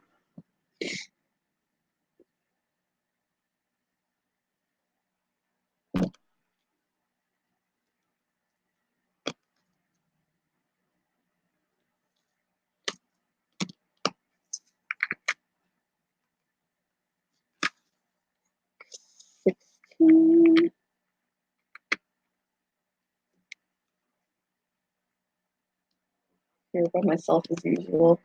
Sometimes it's nice to work alone, though. I mean, I like that when I'm at work, I'm the only kennel person. And yeah, come in contact with the salespeople all the time because they come back and get the puppies for people and, whatever, come back, clean out kennels and stuff like that. But I don't have to talk to them if I don't want to. If I want to keep to myself, I could keep to myself and just, you know, I hear about all the stresses that they have out on the sales floor, and that reminds me earlier in the week, I was pretty upset what day was it? It was Saturday. It was Saturday. Um, it was an upsetting day. We were all stressed out, and I normally wouldn't have been stressed out because I work in the back. I don't have to deal with all the crap on the floor. When I hear about and if I'm stressed out at all, it's usually because I hear about what's happening on the sales floor. And this one person, I mean, we've had a lot of really rude people. Like, I don't know if there was a full moon or what, but people would come in and they'd be really rude. And um, we had new puppies that we just received the day before, and this one guy was really demanding. He had our golden doodle out. She was new to us, and she was already a little bit nervous because she's still got to get used to things or whatever. But what color am I on? um he was like, put her on hold, I'm gonna come back and get her. Well, first off, we don't do that. Sometimes we'll do a courtesy hold, but not all the time. And if you want her held for, more than a day or even for several hours, you got to you got to put some money down. He was just like, put her on hold, I'm coming back for her or whatever. And he didn't even know how much she was, because he'd never talked to the salesperson about it. When she did tell him how much the dog was, he literally like flew off the handle. Um, exactly. Put down a deposit. That's what we expect, 20% down, so that, she's definitely yours. Even if she's still there, she's definitely yours. Um, but he flew off the handle, and he actually opened up the petter, like opened up the door and like forcefully shoved the puppy out with his leg. Like forcefully shoved her out. And the salesperson was like, "Are you serious? Are you serious right now? Because uh, you basically just physically abused this dog. Why, I don't care if you're upset that the price is higher than you wanted it to be, but to open the door and forcefully shove her out and then say, and like she was like, "Are you serious?" He was like, "Yep, damn right I'm serious. I should sue you guys." Well, sue us for high prices? Yes, the prices are high, but they're going to continue to be that high so long as people pay those prices, and people are paying for these dogs. So there's no reason for the store to change it. Yeah, he totally shut this poor puppy was scared to death. Um he At that point he left the petter and he walked through the store. We had an empty cage out on the floor that he kicked and on his way out. And like he made a big and then he announced loudly, "You guys get your puppies from Puppy Mills anyway," and blah blah blah, like so that the whole world could hear. And then he left, and I was like, I hope that, I mean, we do have it on camera and everything, and I think that that man should be banned. He has no business having any interactions with any of our animals. The puppy was on We put the puppy on a play hold for the rest of the day because she was just scared. She was just scared. And like I sat with her, she was shaking. "Hey, Lisa." Um, just the poor little thing. She did. I mean, be upset with the prices, but you just took it out on the dog, and the dog did not set the price. So I sat with her for a little bit, and she was just shaking. And when I did put her back in the kennel, she was on a play hold. Um, and then one of the salespeople, when she was off, she took her out and brought her into a petter just so that for the last thing that she did that day was have a positive experience in the petter. Because we didn't want her last experience in a petter that day to be a negative one. So it was awful. Like I couldn't believe I wanted to cry because, she didn't understand. She's just a baby and she, just got shoved out and we didn't know if that hurt her, if she was just scared or if he hurt her at all. Like I don't know.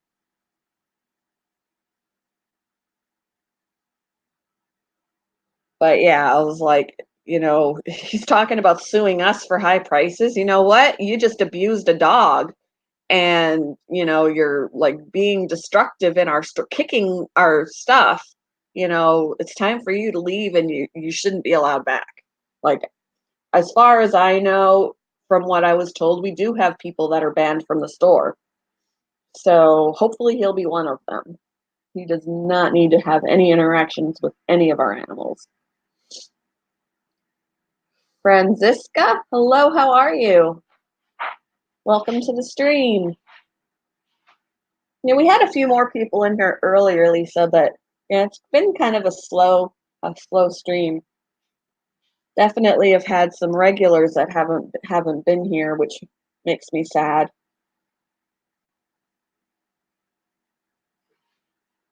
Yeah.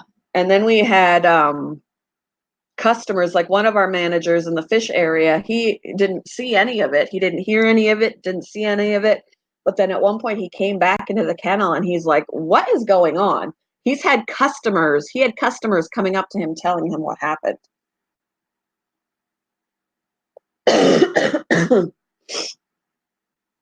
It was upsetting for all of us and it ruined all of everybody had just ruined our day. You're from Germany? Oh, that's cool. My grandparents on my mother's side are originally from Germany. That's cool. I've never been.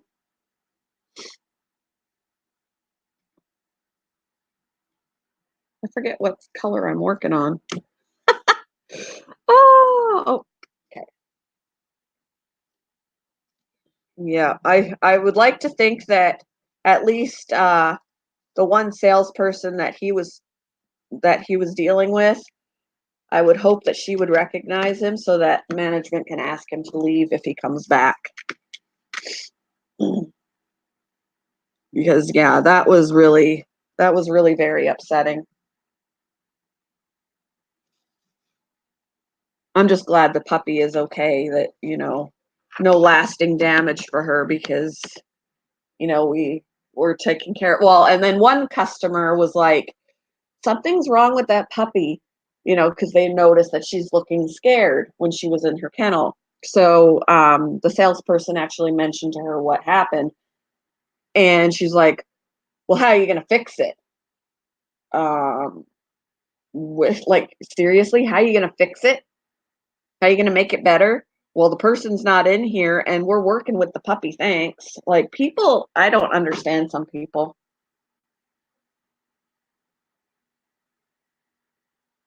Yeah, there were a couple of people that said they're lucky that that person was lucky that they weren't there.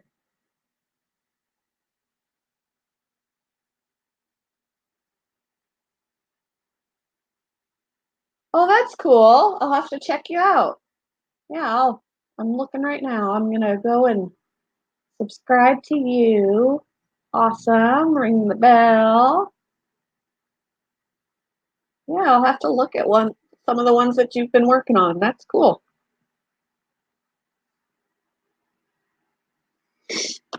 What color do I want now? And then yeah, like then we got our shipment of mice and rats and stuff, and we had to separate some of the large rats. I don't know what was going on. Like seriously, that day was like a full moon because it was still Saturday. It was like a Saturday or Sunday, but like a full moon literally going on because the large rats, we had to separate some of them because they were fighting and hurting each other. Like one of them had his tail was all tore up, and one of them was starting to bite because he was in pain. So it was like, man, so we have to separate the rats. And then I noticed that there wasn't well, I had noticed after the fact that I had to pull out a dead mouse because there were some other mice. I had to pull off some other mice because they were literally eating um another one. They were eating another mouse. I had to pull them off and pull out this poor mouse that was already dead. But and then there was another one that I separated because he was attacked and his front leg was all bloody. Um he couldn't use it anymore. He was just dragging it along with him, and I put him in another space by himself. I don't know. He'll probably not be there when I get back, because that was Sunday and I haven't worked since. Um, I'll have to. I don't know. I marked. I put on the thing that he was injured, and I just didn't want him to be, um, attacked by the others. Like that's not a good way to go. So if he was gonna die on his own, that would be better than dying because they're all gonna, like, eat him. So, I separated him, and part of me wanted to bring him home, but it wasn't a rat, it was a mouse, you know? So and the mice tend to be a little bit more evil. Plus, he was in pain, and I didn't wanna get bitten. At one point, I did pick him up, and I kind of ran him under the, faucet a little bit, just a little small trickle of a stream just to kinda clean some blood off. Yeah, he wasn't in good shape, but I didn't wanna leave him in there, the mercy of the but they I noticed afterwards that they're eating each other because they didn't have enough food. So, I put some food in there, and then they were just, like, swarming the food. So, they'll definitely do that when they don't have enough to eat, and there were a lot of them in there. So, hopefully, we'll cut down on that, on those deaths because, ugh, it was terrible. This picture is custom. It's actually a wedding picture. One of my wedding pictures. I ordered it custom. So I haven't even pulled up the next color that I want yet. 13.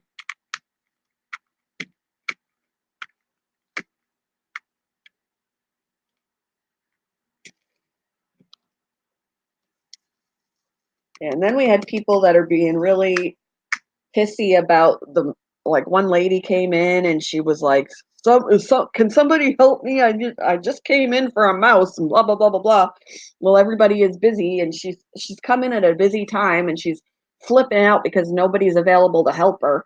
Well, there's kind of a wait. It's first come first serve, and if there are people in front of you, you just gotta wait. And then the one salesperson that, had to deal with that guy later on in the shift, this was at the beginning of her day. She wasn't even clocked in yet. She had just come in and, um, there was nobody to help this lady, and she was getting all bent out of shape. So Madison, who is the, salesperson, she decided that even though she wasn't even on the clock yet, she would go and get a mouse for her. She wanted a small mouse. So she went and got one, and the lady then got all bent out of shape because it's smaller than she ever gets. Like, that's a really small mouse. All right, Francisca. Thanks for stopping in. Have a good day. Um, she's getting all bent out of shape because the mouse is too small. Well, you said small mouse. So what do you mean by small mouse? Do you want technically a large mouse? Like, really, I don't. And then she was just getting all pissy again and I can't remember exactly how it all happened because Madison just told me about it later. But, the lady was like, you're being paid to help me, whatever, like get it right kind of an attitude. And Madison was like, actually, I'm not. I'm not even clocked in, lady. I'm helping you because I wanted to be nice and help you. Like, I will walk away right now. I'm not being paid for this. I'm not clocked in. The lady's like, oh, well, blah, blah, blah, blah, blah, like, seriously, like, people suck sometimes. And I think those people have never worked in customer service and dealt with crazy people, because if you have dealt with crazy people in customer service, chances are you're not going to go in and treat the salespeople like that, because you know what it's like to deal with it.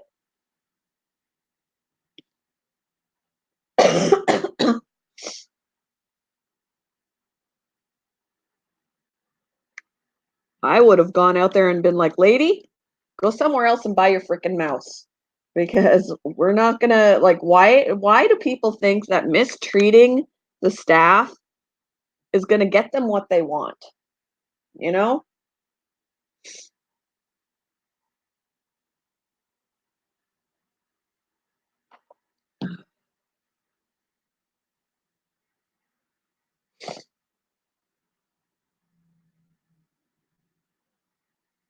Yeah, I don't understand some people.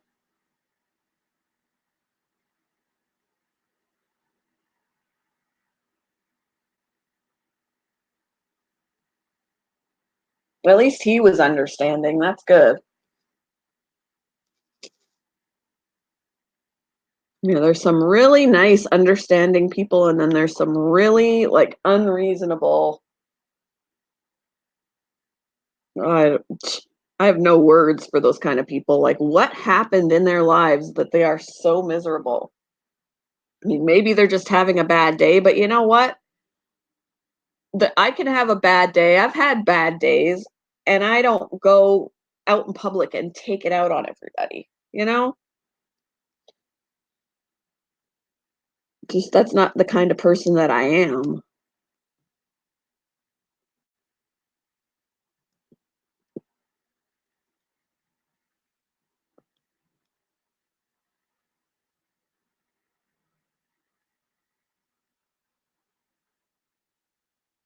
Huh.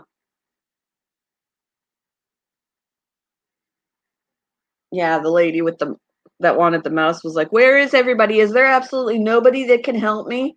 Everybody, there's more to do behind the scenes as well that the customers don't see. Like, I was back there, but it's not my job to help the people on the sales floor. It's my job to take care of the stuff in the back. So technically, they could have grabbed me and said, "Hey, can you get a mouse for this lady?" But, you know, she can wait just like everybody else has to. When it gets really busy and we've got four petters and there's a line of eight people that want to see a puppy, they have to wait their turn. It's just like people don't get it. And then they treat the dogs like they're uh exhibits and displays and toys, and these are babies. They're babies. Treat them as such. Don't treat them like possessions and bang on the glass, and ugh, it just irritates me.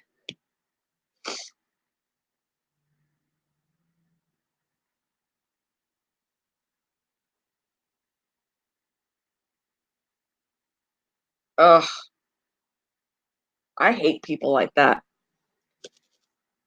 Can't stand people like that.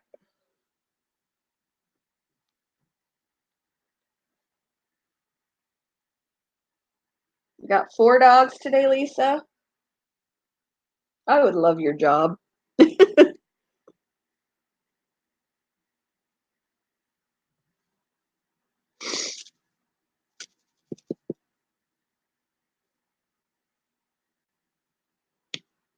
And it's very cool that you consistently get dogs to watch for the day.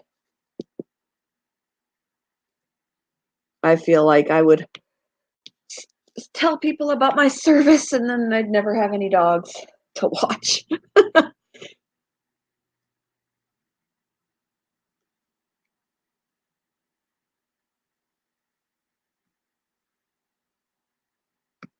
Oh, yeah. We have people coming in 10 minutes before closing and they want to play with a puppy or whatever. And usually about that time, we quote unquote shut down the wall. Like, we don't take more puppies out because at that point they're tired, they want to eat, you know. It's time for them to wind down for the night, and people keep coming in. And it's like, have you not seen the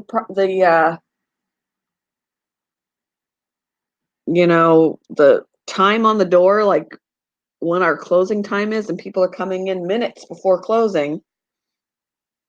Or like if you like these people were like just wandering around. Do you need any help? Nope. Okay. And they're just wandering and wandering. And I'm like, is there something that you came in here to get? Because if you did, please go and do that. This is not browsing time. We're closed. Get what you need and go home.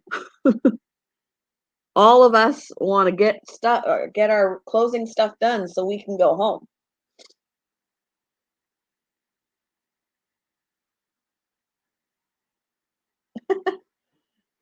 I would like to think would have many clients, but I don't know.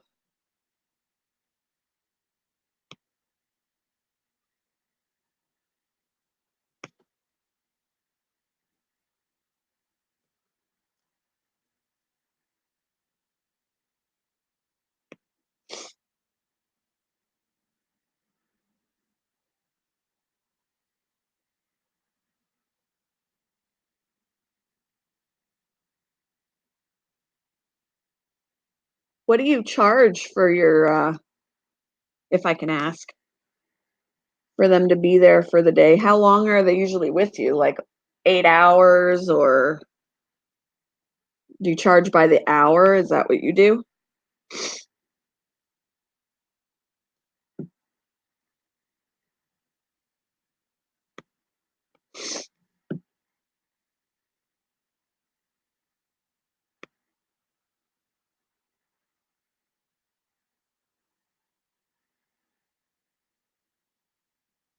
Yeah. Yeah.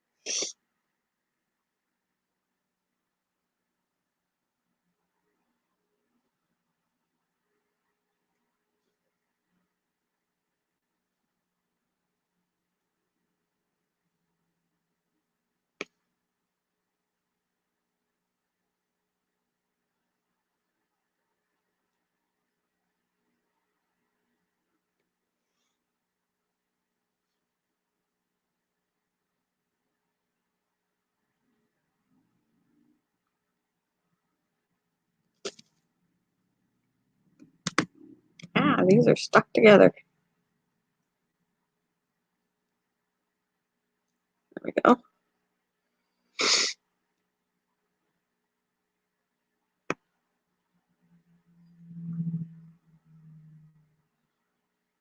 Ah, so some of them do stay the night and other times they're just for the day. That's not bad.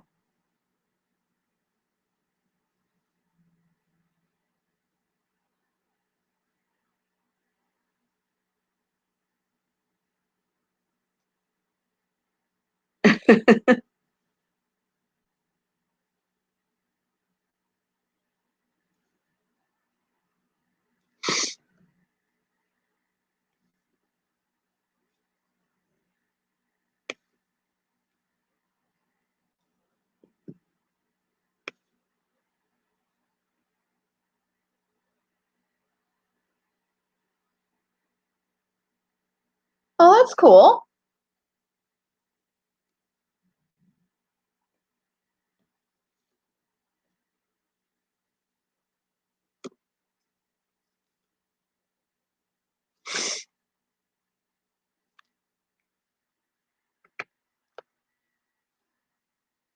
Yeah, doggy daycare would be fun. I would love to have like some land where I can, have it fenced off and just let the dogs run outside and just have a grand old time, get their energies out.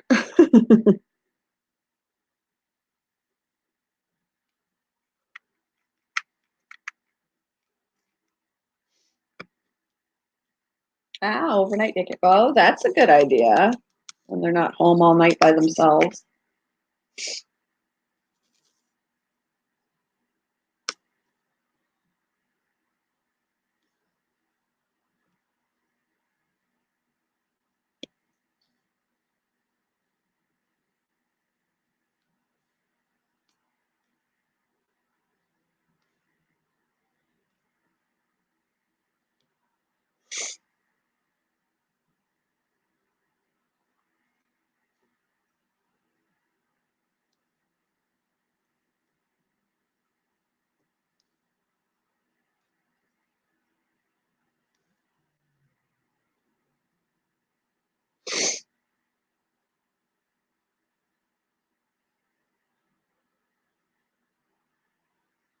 Yeah, same here, Jess. I have too many animals going on in here. I mean, two dogs and two cats, that's one thing, but I've got the rabbit takes up a lot of space, and the rats are kind of out of the way, so that wouldn't be a big deal, but the rabbit does take a lot of space in the room. I think my husband was almost hoping that I would rehome Hera just so that we'd have that space back, but I don't want to. So, because she takes up a large portion of the living room. Not really another good place to put her. I don't want to put her upstairs. Like if when Stacy moves out, we'd have that whole room empty. But it gets too warm upstairs during the summer, and rabbits overheat easy. So I don't want her. I want her, where it's not going to get too hot.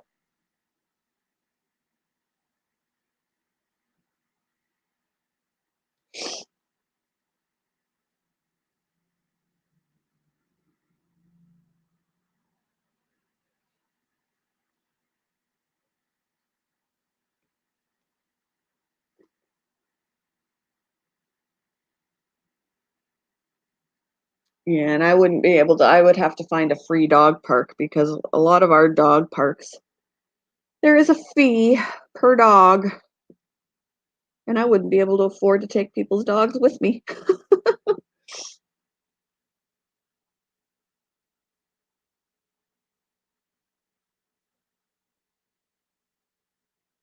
Yeah.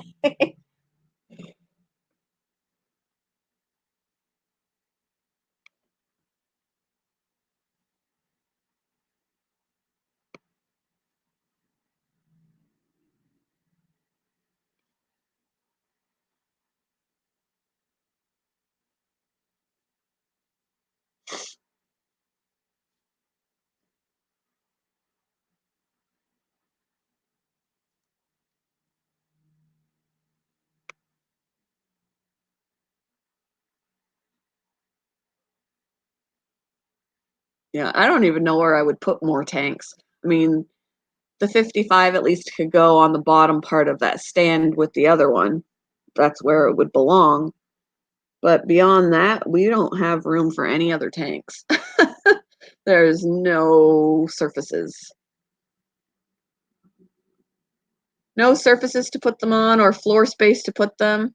Although the back corner where the 75 is, there are a lot of bins and storage stuff back there in the corner that if that had a place to go, there would be wall space there to put something, but I don't have a place for because all that stuff in the corner used to be in an empty bedroom that is now not empty. So,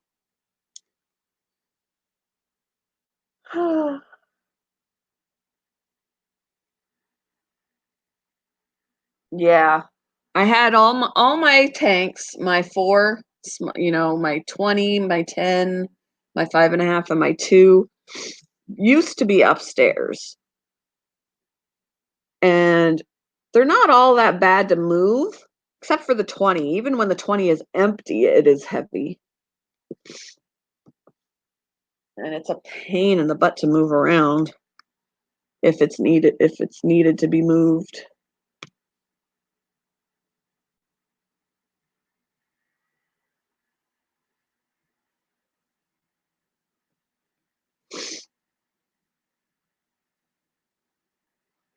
Yeah, buckets upstairs was a no.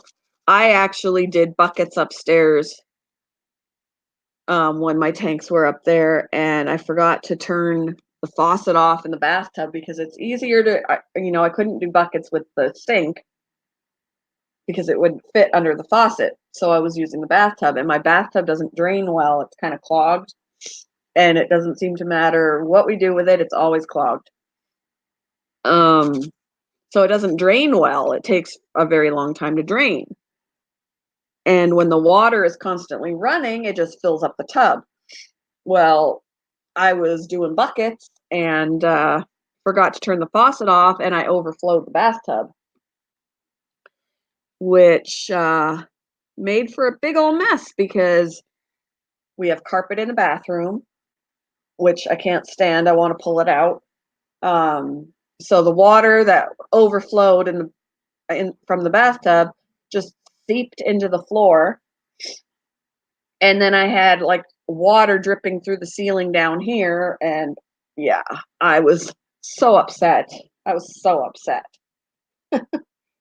So, I do wanna remove the rest of the carpet, like, maybe leave the carpet on the stairs because I like having the carpet on the stairs, but I wanna remove the carpet in the hallway, upstairs, and in the bathroom, and that'll be then the only place we've got carpet is the stairs and 2 bedrooms. Um, 'Cause I can't stand we've already pulled the carpet out in the living room, but from when, the dogs would have accidents or whatever, the carpet stinks, and I just wanna get it out. I wanna get it out. It's stained, it smells, um, and of course, when it smells like somebody has pottied on it, they wanna continue to do that. I don't know why. I think it's like the time frame of whenever, like, uh, how however many years ago this house was decorated or, whatever. They carpet the bathroom, they carpet like when I when I was pregnant with Ian, we had moved into a house um where not only was the bathroom carpeted too, like it was carpeted there too, they also had carpeted the kitchen. And I don't understand that. I don't understand why anybody would carpet a bathroom and a kitchen. When the toilet overflows, that's just all this bacteria and grossness in your carpet. And then things spill in the kitchen. Why would you do that? Hey, Tom. So I I think it's stupid. It's a very poor designing choice from way back.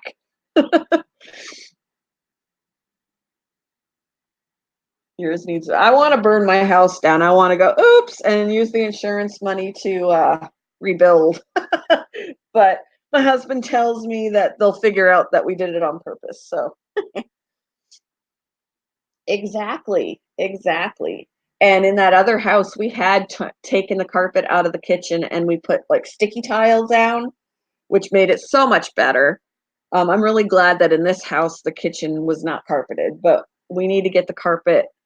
And actually, and when I got divorced and moved out of that one house, um, I rented a place not that far from where we are now, and it had a tiny kitchen, but at least it was regular flooring.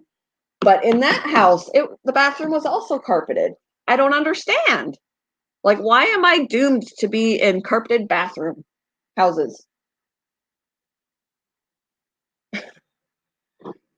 When I think back, yeah, after I moved out and I rented this place, um, while I was single, that bathroom was carpeted too.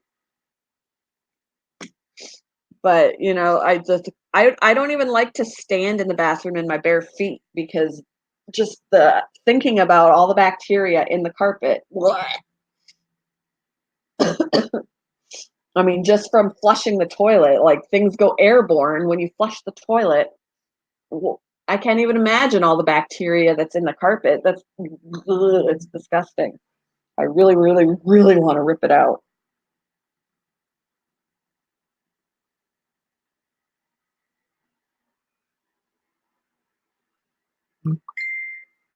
Ding.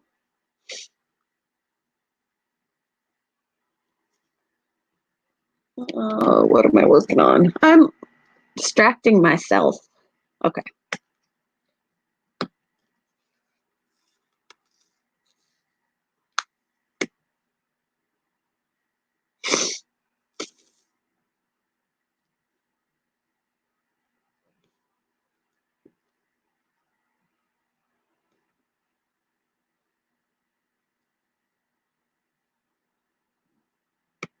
Excuse me.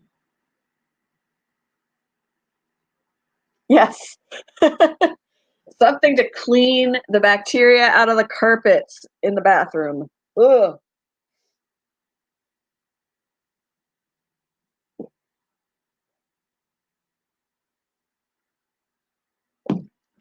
And when I flooded the bathroom with the tub, I swear I brought so many smells out of the carpet. It just smelled awful. It smelled awful. Like it smelled musty and just ugh, it was awful.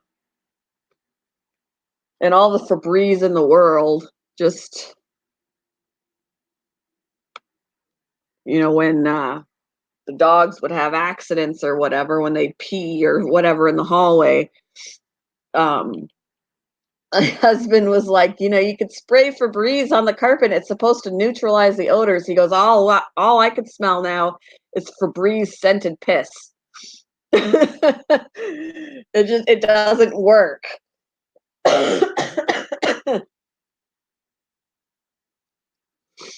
Neutralizes odors, my ass.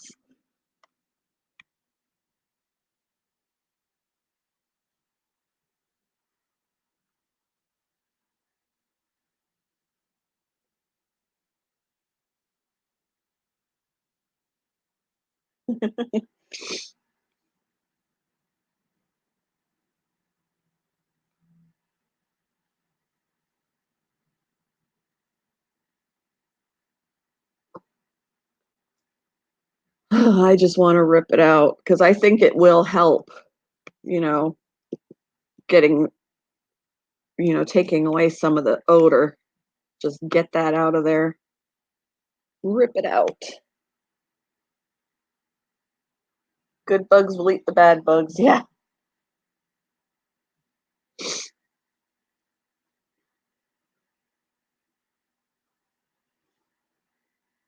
That's another reason why I want to get rid of the carpets too, because it's less places for bugs to hide. They're not going to hide out in the carpets.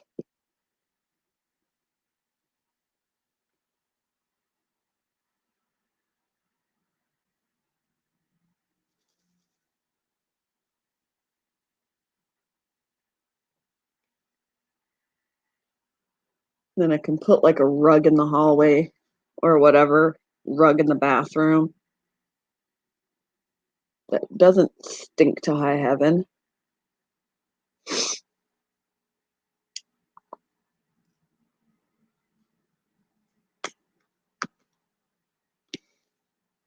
And I feel like it did help down here because our carpet was stained in the living room as well.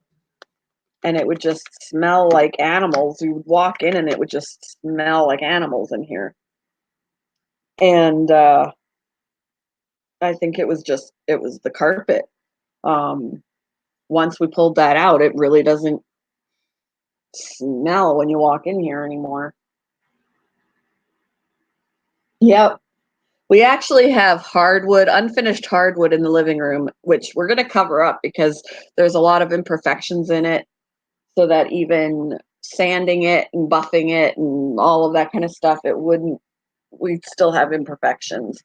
So we're just going to cover it up. But it's really funny to watch Brinley try and run now because now she can't get traction on the floor, and it's pretty funny.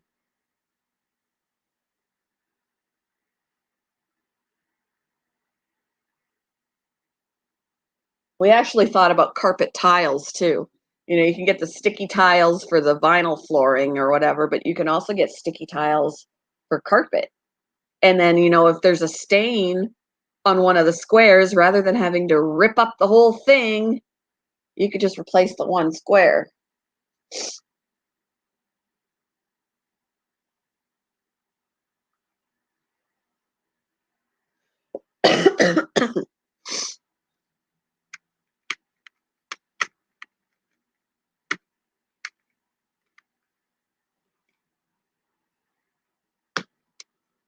I mean, you don't really get the carpet tiles. They're not going to be all cushy and, plush like or whatever, but so what?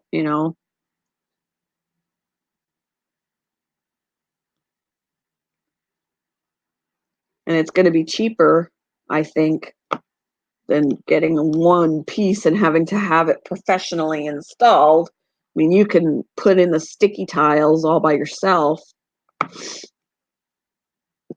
not pay somebody to do it for you.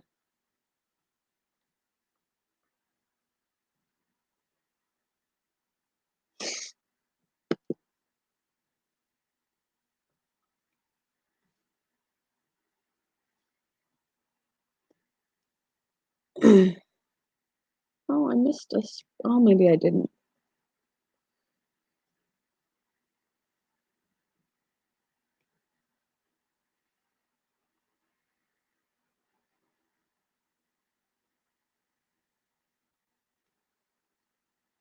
Wonder where everybody is today. It is a quiet day.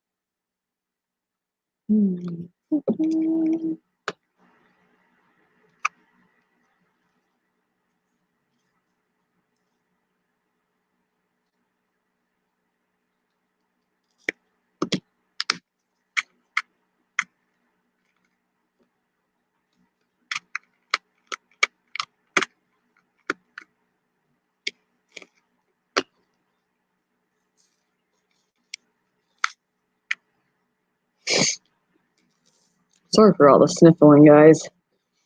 I still got my cold. Oop, there's nothing on here. Ah.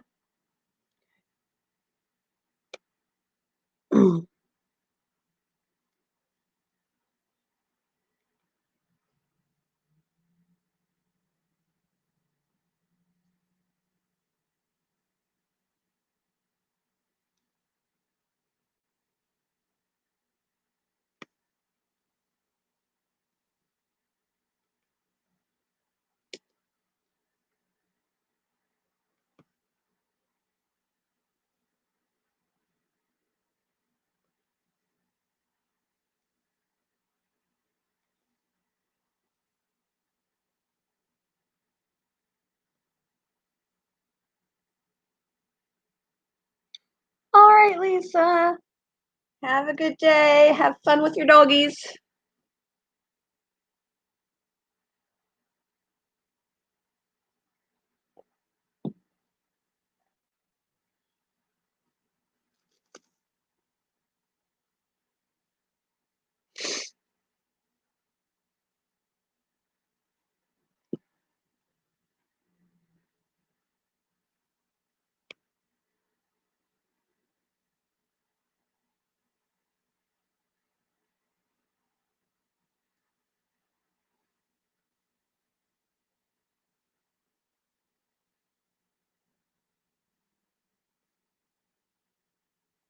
I wish we could play music.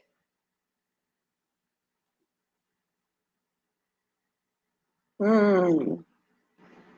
Washing machine is hungry, huh? Feed the washing machine.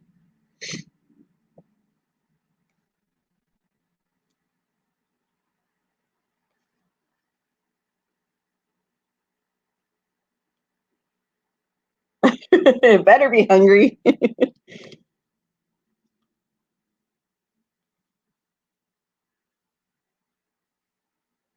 I'm gonna be doing some at work. I usually have to do a few loads of laundry at work, washing dog bedding and toys, and then I gotta do dishes, their dog dishes and things like that. I'm always either cleaning out kennels or I'm washing dog beds, dog dishes, all that fun stuff.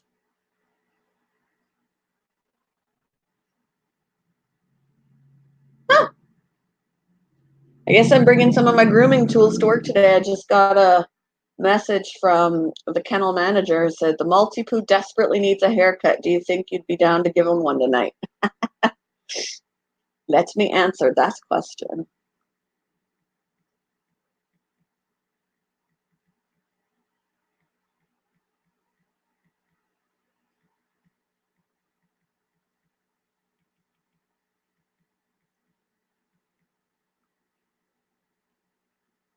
I should get paid extra for grooming the puppies. No one else has to groom the puppies.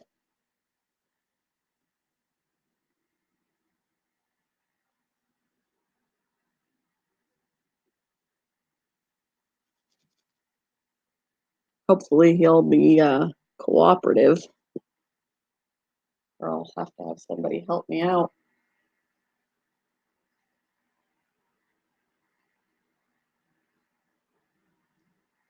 I should bring my table. I wonder if I could bring my table, because then it's going to be easier, because there really isn't a place to groom them. So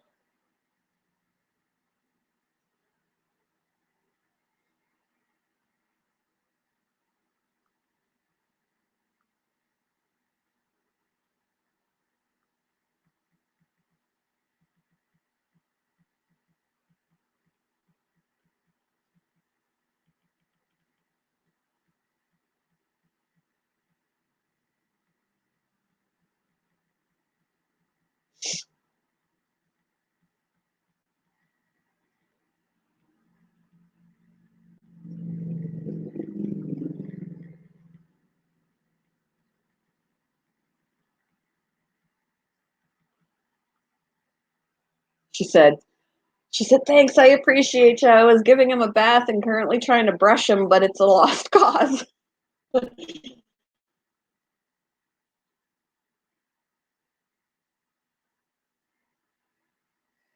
Yeah, so I'll bring my table. I've got a little grooming table out in the garage with an arm, and I've got a loop and all of that, and it'll help to have him up on a grooming table rather than the last dog I tried to groom. We were just sitting on the floor,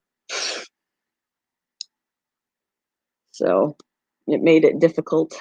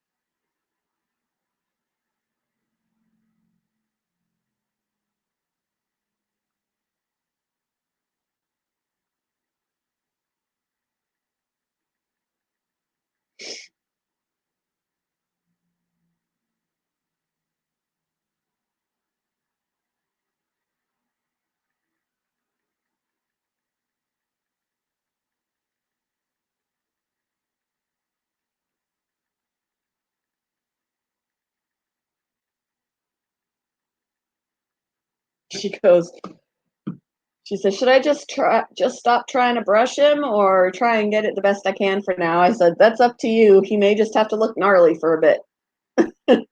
Maybe she'll pull him off the wall so he can't be seen till after his haircut.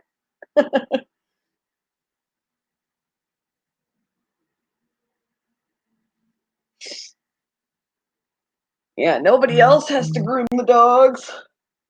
Oh well.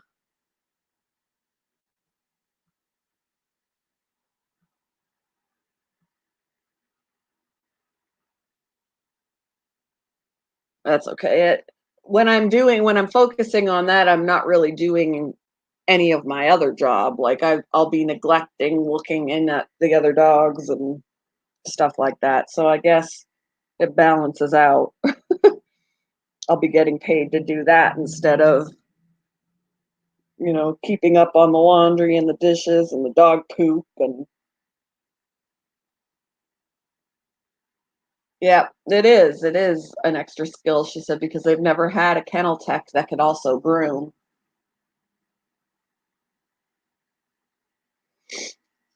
They used to have a groomer, but she would basically rent the space. She would pay them to use the space, which I could do if they wanted to allow that.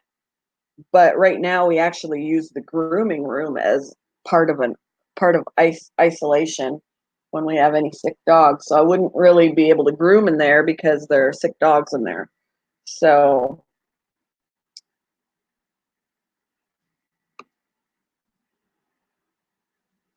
but I'll just have to find a place in the back kennel to put my table and work on that. Got a bug bite on my knuckle. Ugh, itchy.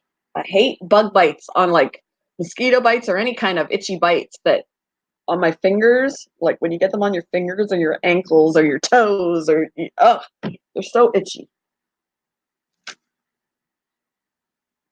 I'm 16 and I've only groomed like fully groomed one dog before and it was because he was mad at it and I was like, "Come on, let me do it. Let me groom him. He looks terrible." And they finally let me do it and it took a lot because he didn't like it. And then I did groom another one who was kind of getting a little homely looking and he was very cooperative. He just sat there because he was very nervous, so he just sat there and let me do it. Didn't take much to do him, so there are other dogs that I'll be like, "You know what? I feel like they can use a haircut, but I don't take it upon myself unless say, what do you think? You could use a haircut." Or somebody had actually written on the whiteboard, "Did you give the Pikashan a haircut?" Because, whatever. And I was like, "Yeah," because the head of corporate had seen him and was like, "Yeah, he could use a haircut." So I took it upon myself to give him a haircut.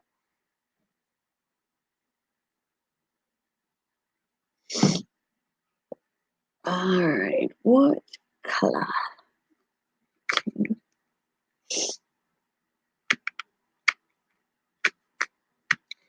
They supposedly, I'd have to look at my pay stubs, but they supposedly paid me a little extra when I was taking puppies home, that one puppy home, like 3 nights in a row. They supposedly paid me a little extra for that, but I'll have to look at my pay stubs, see how much, if any, they paid me extra to do that.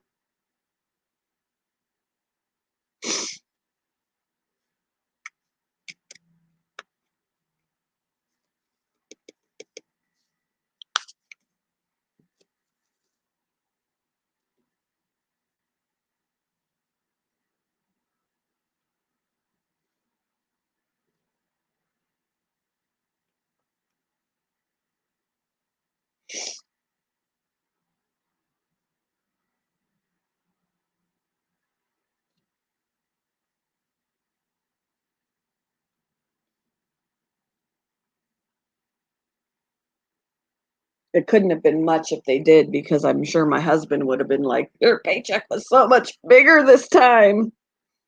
And I never heard him say that. So it probably wasn't much.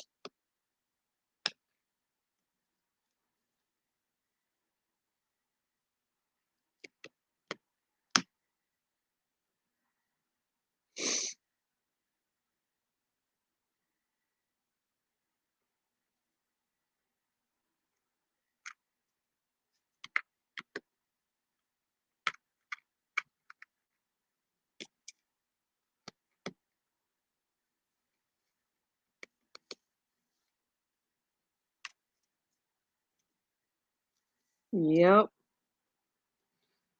Well, when you consider I took that puppy home 3 nights in a row and woke up every 2 to 3 hours to feed her when I was, and that's when the store is closed. I was taking care of one of the puppies, but I don't think I got much for that.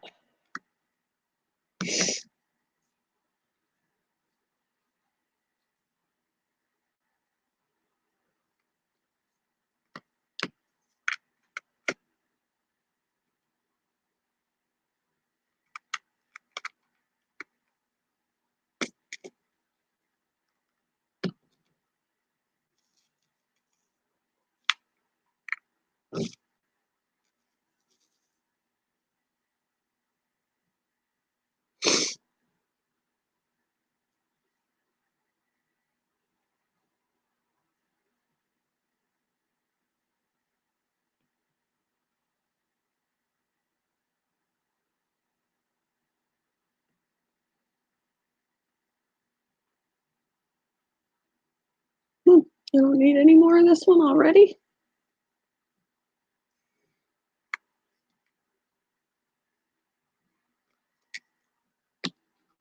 Yeah, I'm gonna have to look.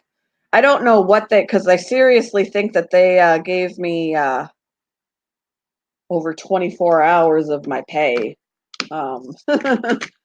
Since I had the dog overnight for 3 nights in a row, I seriously doubt they paid me my wage that entire time I had her. They probably only gave me a few extra hours or something.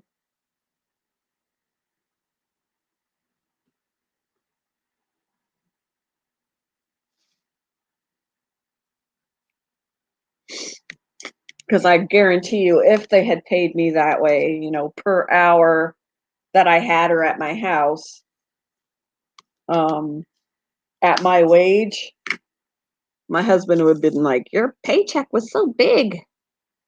But I didn't hear that from him. So, what am I working on? Er, okay.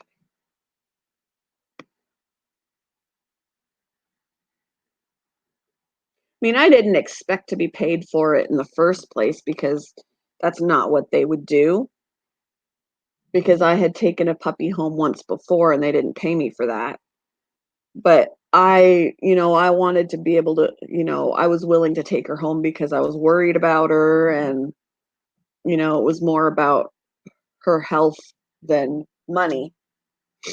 And then at one point, one of the managers was like, "Yeah, you should be compensated for some of that, because, you know,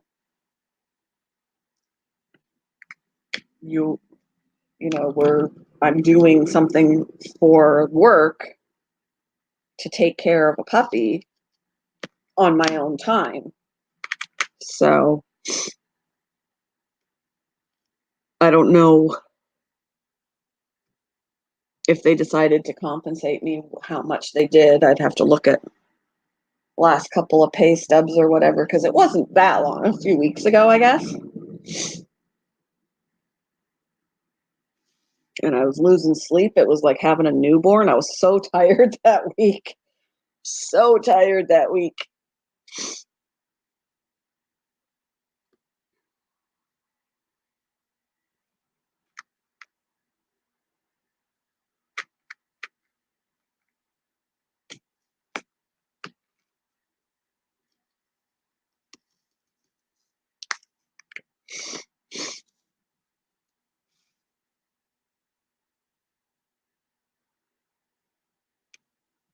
and I don't even know if she's okay.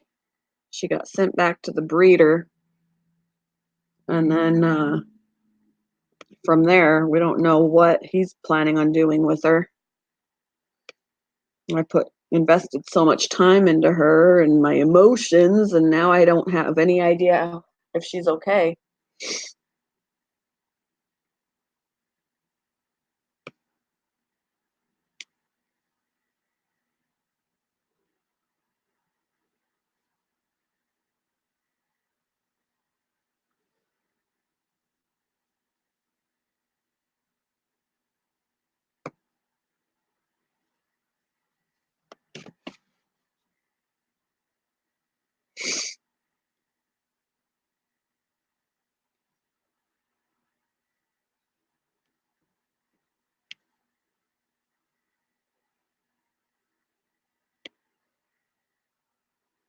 Yep, it can be. I mean, I'm the kind of person that gets really attached.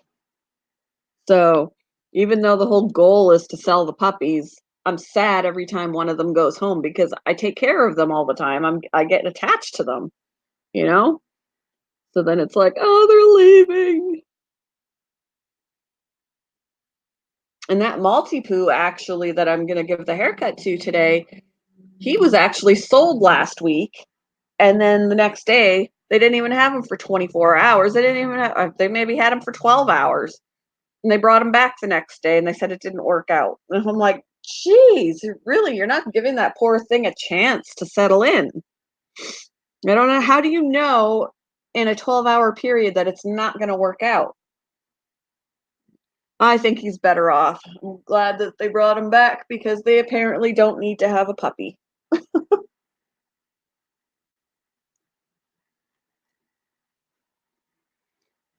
There's a hair on here.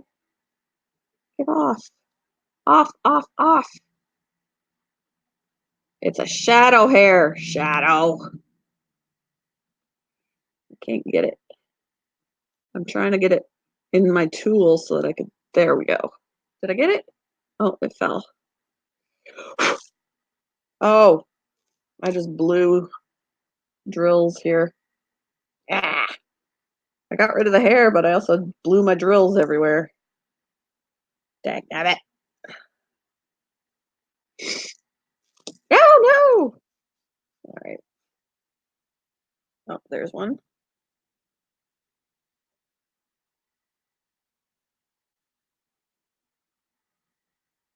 Hey, average girl. Miss you. Just got to clean the house.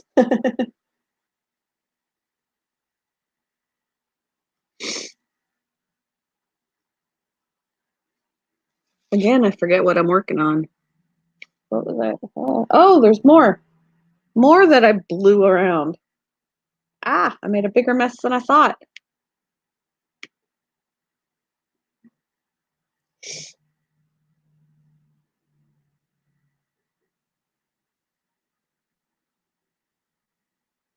Ooh, yeah, go for a walk. It's been warm here the last couple days. Muggy.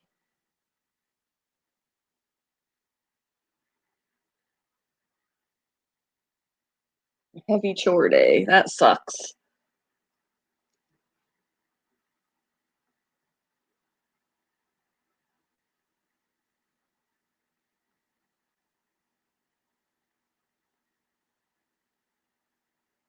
A little bit of a beta female chase in the sorority. And funny, it's not Pearl being chased. It's or wait, it's not Pearl that's doing the chasing. It is Pearl being chased. They're getting her back. They're getting her back for her bullyish behavior.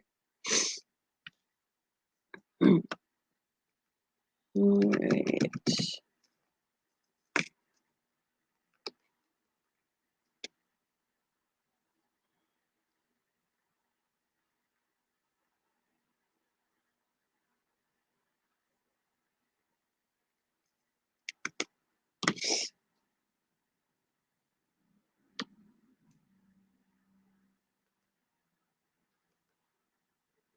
Yeah, it's fish payback. That's right. I mean, she really did a number on Delta, so that was why I pulled her out because she was really tearing her up. Delta has to grow back her fins. Um, but that was why I pulled Pearl out in the first place because I didn't want her to kill her. And I put her back in last week and things have been okay. I mean, if they're going to chase her a little bit, maybe it'll teach her. I don't know. I have had a lot of luck with, them getting along. I've only gotten one female that from the get-go I didn't put in. I would always I would float them to acclimate them and kind of watch their behavior.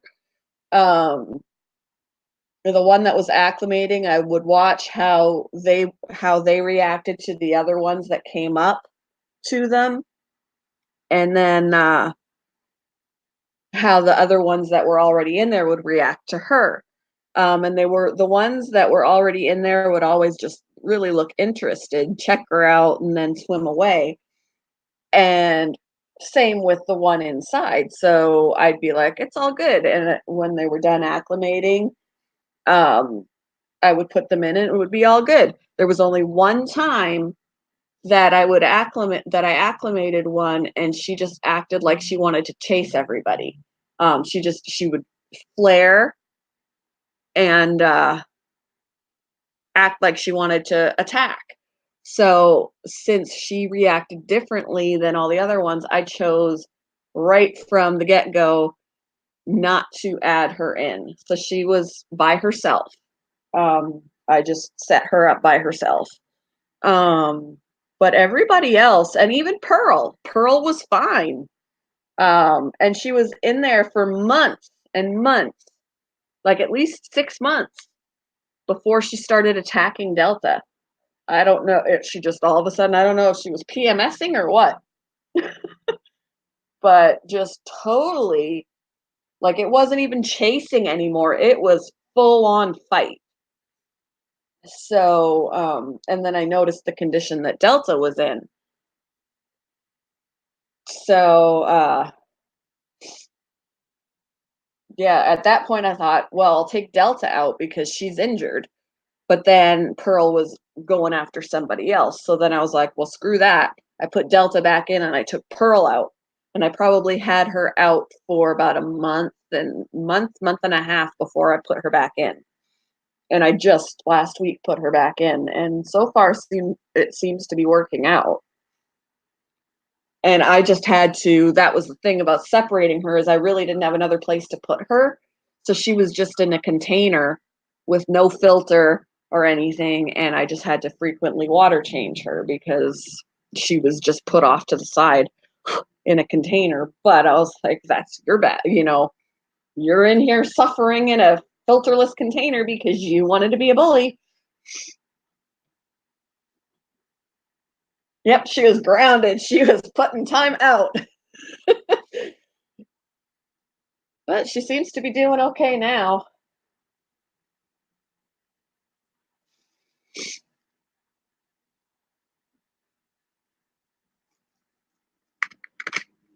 Every now and then, like I put her in originally that last week when I put her in, I just kind of sat here because I didn't have anything else to do at that point. So I kind of sat here and I watched, and it seemed to do okay. And I'll when I'm home, I'll just kind of watch a little bit and see how they're acting, and they do their own thing. And when I'm ready to feed them, when they know it's time to eat, they'll all four of them be up in the corner together and not even paying attention to each other. So I think for the most part it's gonna be okay. All right, Jess. Yeah, I definitely love my male bettas. I've got three. I would like more, but once something happens to the sorority, when I lose any more girls, I just won't replace any. And once my 10, because they're in a 10, once the 10 is empty, um, I'll probably just put a couple dividers in there and put 3 more males. I love the Aldi honey butter. Ooh, that's yummy. Sounds yummy.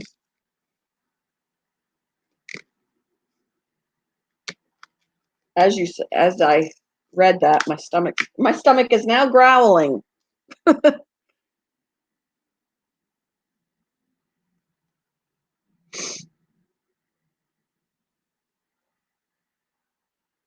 Got 6 males. At one point I had 1, 2, 3. I think I had 4 males at one point, if I remember correctly.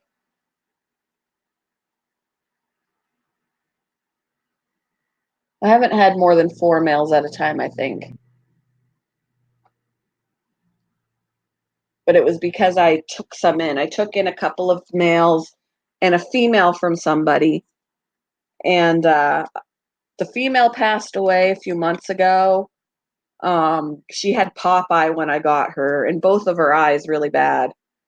No matter how much I treated her, it wouldn't get better. Um, she eventually passed away. She was doing good for a while. She would eat. It took her a while to find her food because I think it really hurt her eyesight. Um, and then I had a couple of males that were injured. That one of them passed away, and I still have Phoenix is the other one that was injured, and I still have him. Um, but yeah, so he's doing pretty good considering he's been in a couple of pretty nasty fights.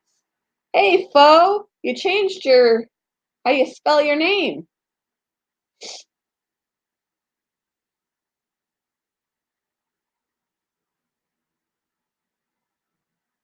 Yeah, I bet it would. What made you change it?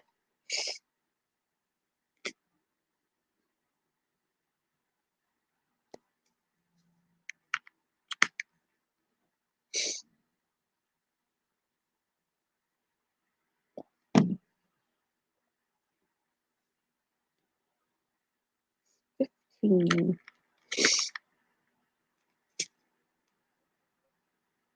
That's true. That's true because people will say fo or fo or whatever.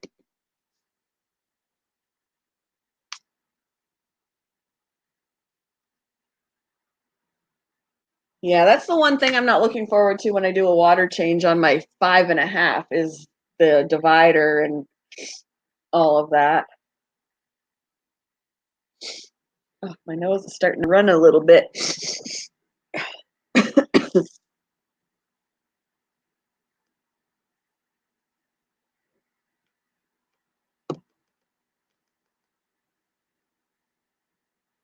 Fox. Fox chicken.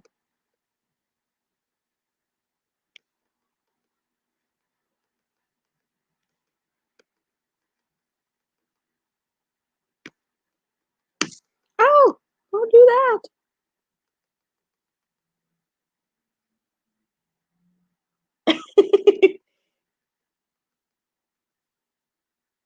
Robot chicken? That's probably copyrighted.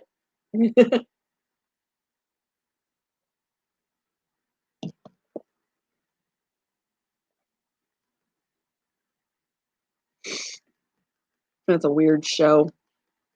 Very weird show.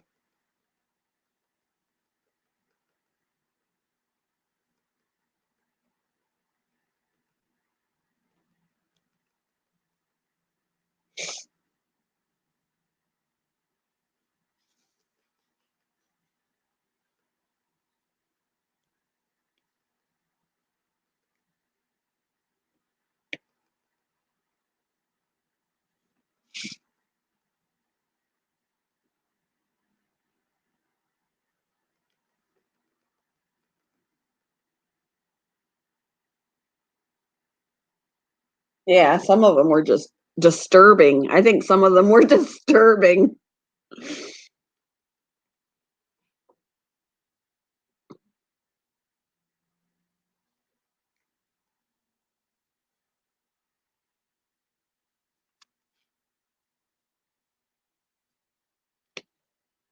Dawn. How are you doing?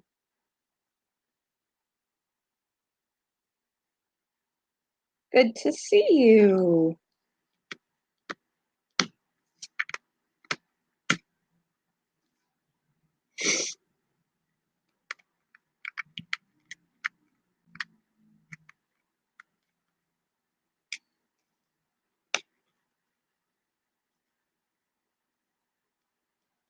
I've been all right. Been all right.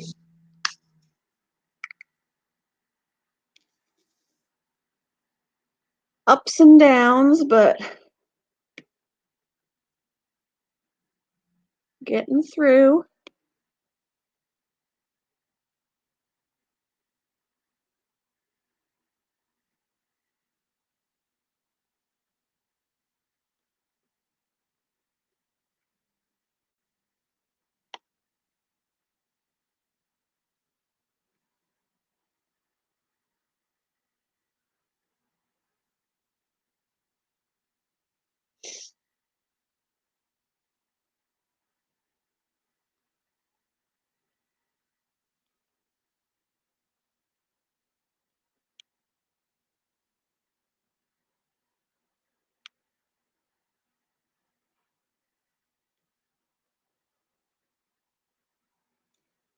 I don't even know.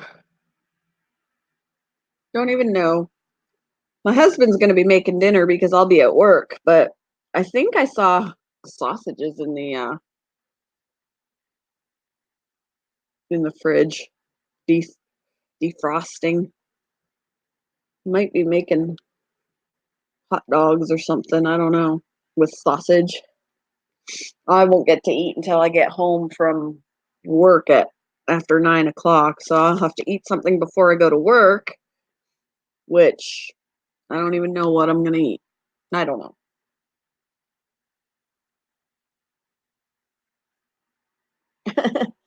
Yeah, that's what happens anymore. Everything is random.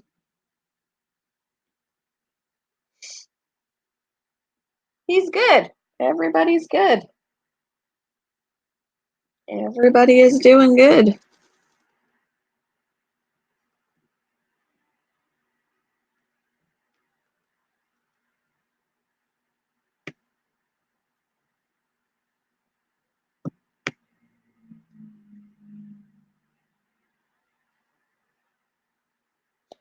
And the animals are doing well. I mean, the ones that are still here. I have lost some animals. My rabbit died a couple of weeks ago. So I've only got one rabbit now. Um, I've lost some fish. I lost a rat yesterday. Um,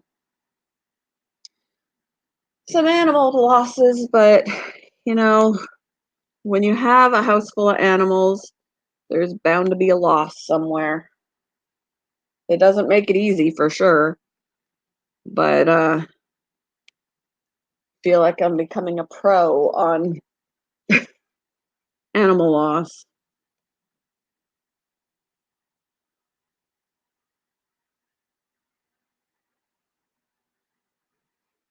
I think the rat was just too young. Um, she was too young and just didn't make it. Um, the rabbit was sick. Did what I could, but wasn't enough. Yeah, it was my newest one that I brought home on what day was it now? I don't even think I had her a week. And she was just super, super, super tiny. Basically she was the size of a mouse. Just super tiny. And I think just too young to have been taken away from mom.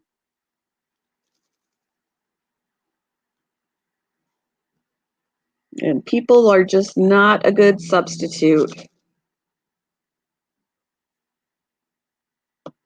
She was doing seemingly fine the night before, and when I got up yesterday morning, I found her. So it was pretty sudden because she was fine when I went to bed, but or she looked fine. She was moving around and oh,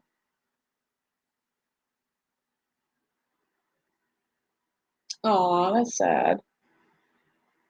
Poor puppy and the cat. Aw, that's sad.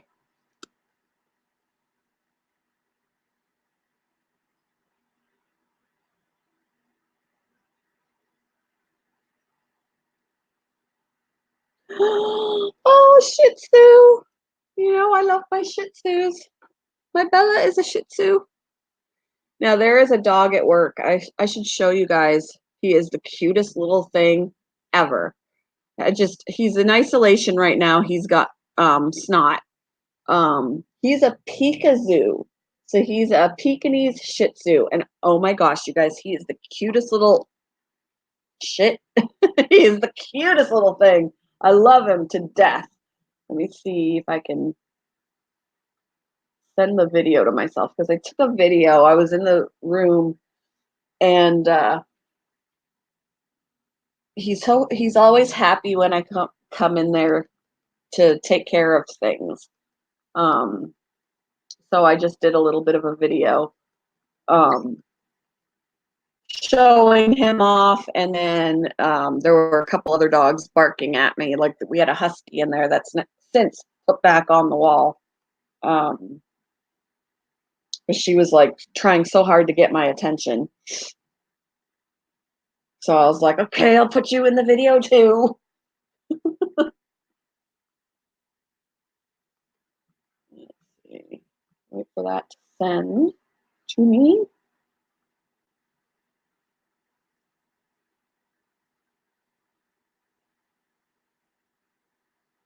I'm actually really happy that when we got Oreo was really young. Um, when somebody had taken a litter of kittens away from mom and abandoned the kittens. She was only about 2 weeks old at the time, and an Amish lady took them in. And sadly, the other all of the kittens got, you know, since they don't know any better, they kind of got in the way of some of the horses and got killed. But Oreo was the only one left, and she was like, "Somebody please take her, somebody take her." And at that point, she was about 5 weeks old.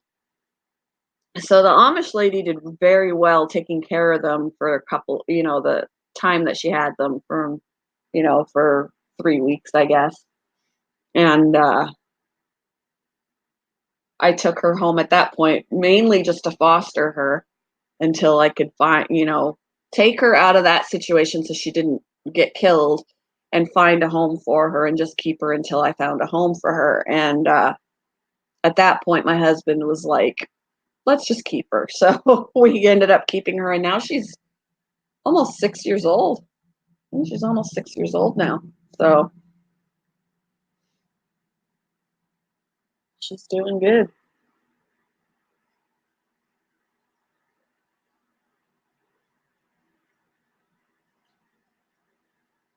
All right, I think it's sent. Okay. So I'll just have to pull it up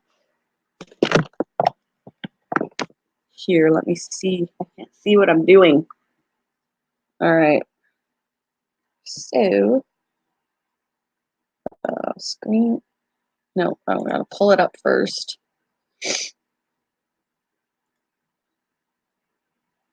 He's so stinking cute, you guys. Like, I love a lot of some of the people at work think he's ugly. And I'm like, no, he is a cute, cute, cute little thing. Not ugly, not ugly, not ugly. Pull this up. All right. Okay. Screen share. All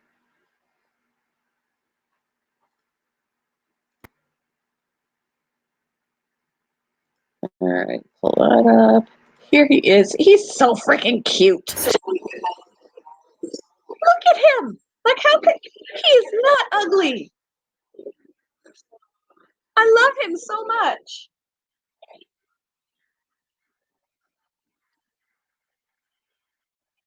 I love him so much. He's a Pikachu.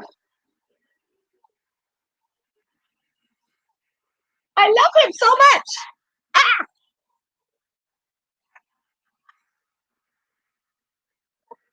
Oh, I'll be so sad when he sells because I love him. I want him so bad. No, there's our husky over here.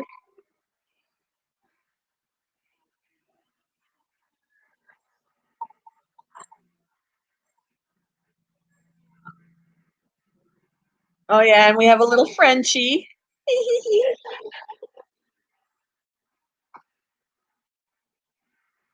He's got little Frenchie. Little Frenchie has snot too.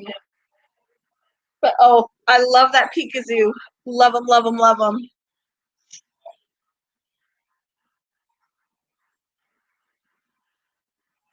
All right. Okay, Jess. Have a good day. Yeah, I love him to death. He is such a sweet little thing. I want him. I want him.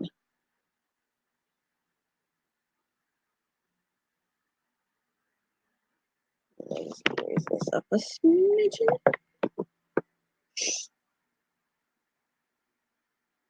He's just so cute. Does anybody think he's ugly? I mean, I think he's so cute. He just, oh, he's so precious and he's so little.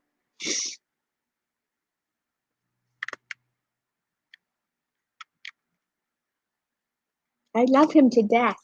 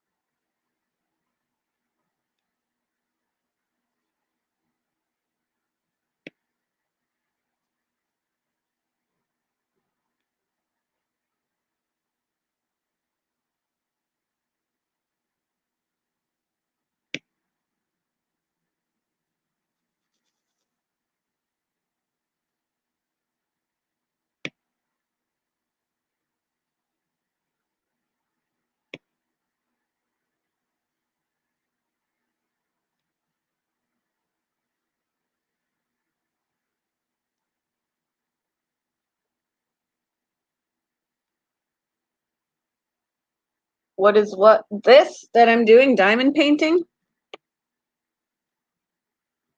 Diamond painting.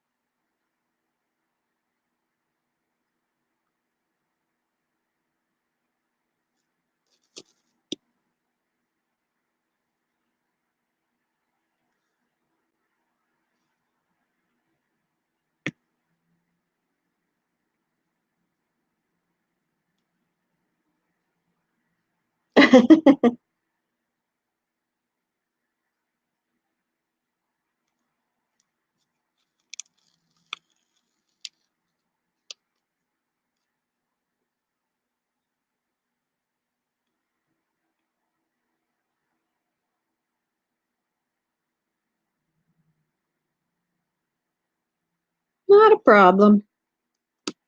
Yep, some people call it other things like, diamond embroidery or diamond cross stitch or something, like, I don't know. To me, it's more like a color by number than a cross stitch, but,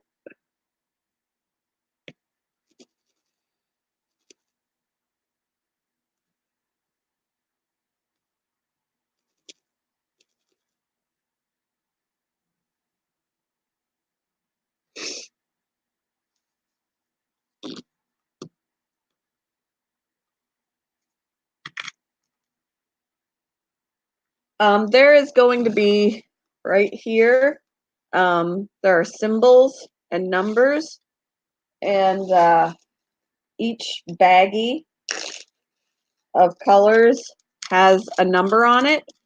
So I would see, okay, this is 3756. So I look for 3756 is a certain symbol. And then there's a number over here that I can label my things with. Um, so if I'm looking at there's going to be the symbols on the mat. So for right here, what I want to work on is their check marks. The symbol is a check mark. So on here, I would look for the check mark. And I know that that one is 3865, which I would find the baggie that says 3865, and then I would put it in a container, and I label it with, right here is number 20.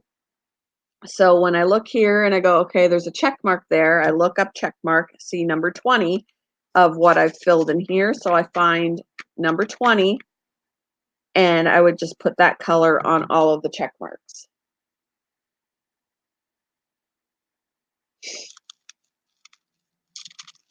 And I didn't empty all of these yet just because there are so many. So I just have, some in here, and then when it's empty, I open up another baggie. So check marks, speaking of, is what I want. Number 20. So I look for number 20. And then I pour some of them into here. And then pick it up and put them where they go.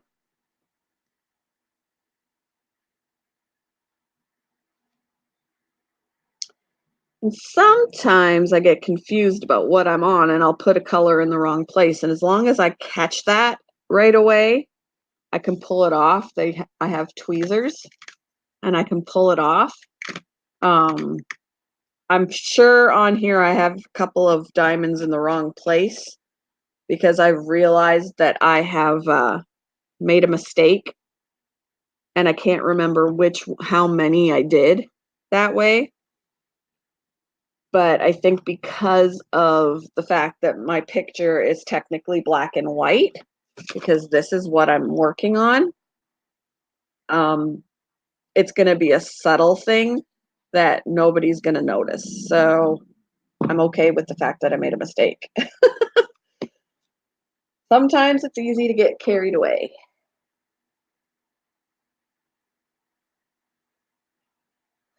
Ooh, she's getting married in January. Ooh, that's awesome.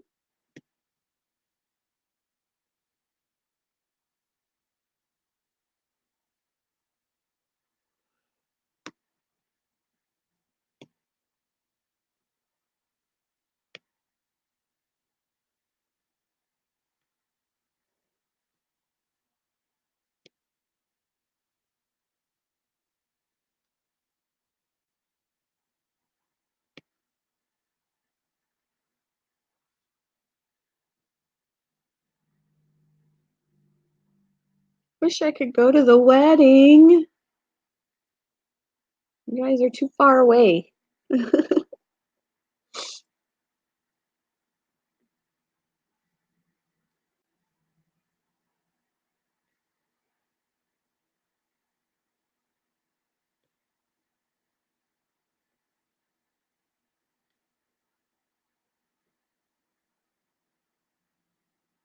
Oh, she's getting married next month, but the family deal isn't it. Okay.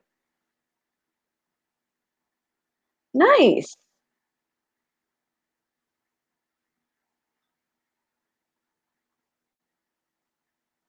Well, yay.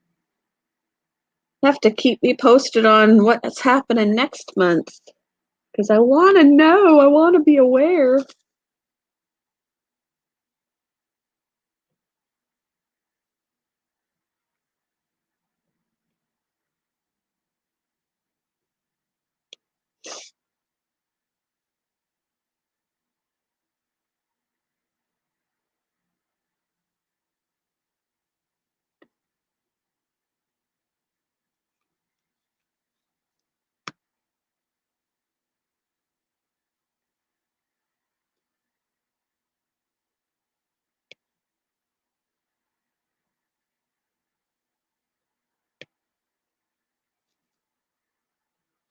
Ooh, that would be cool.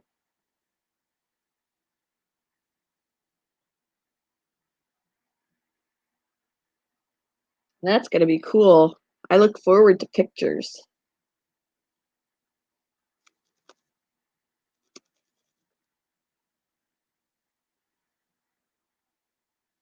She better be willing to show pictures.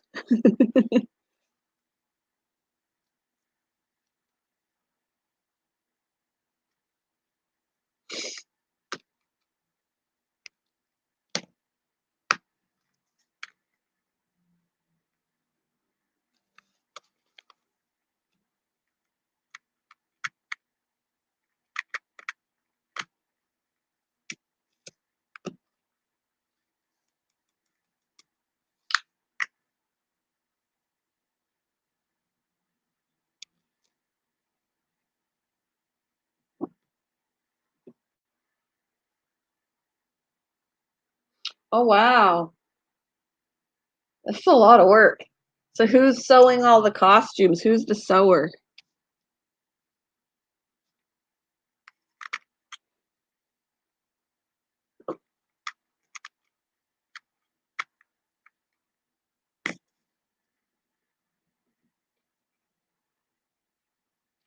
See you, John.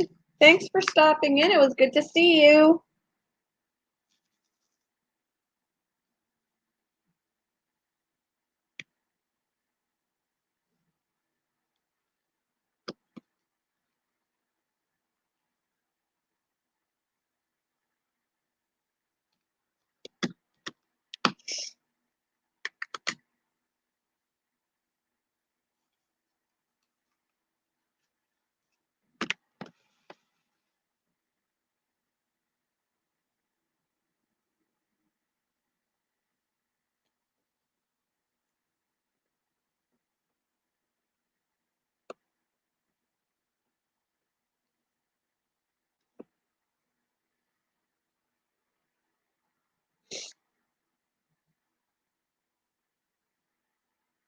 Oh, that's cool.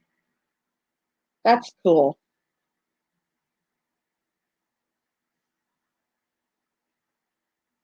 I like when weddings are creative like that.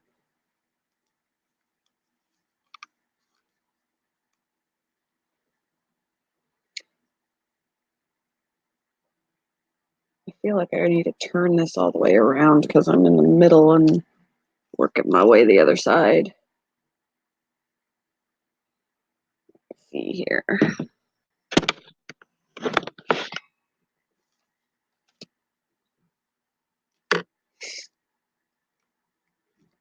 Turn this around.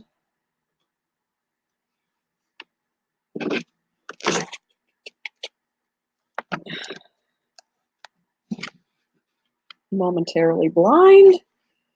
All right.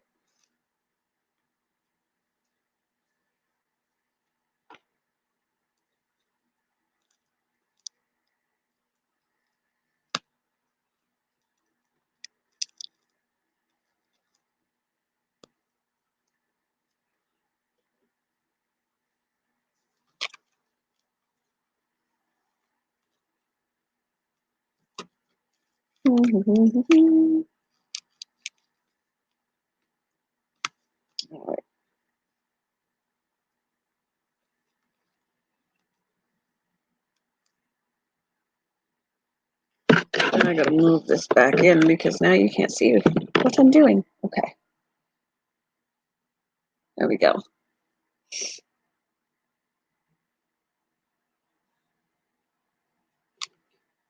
I gotta look at it from a different perspective.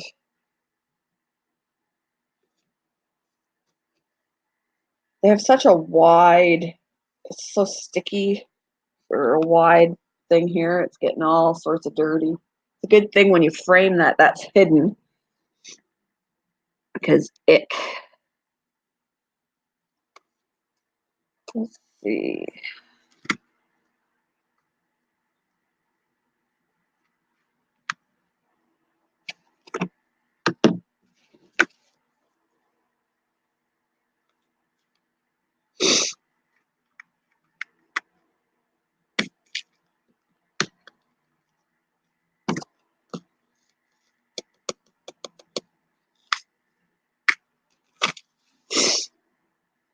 Oh, there it is. Lost my tool.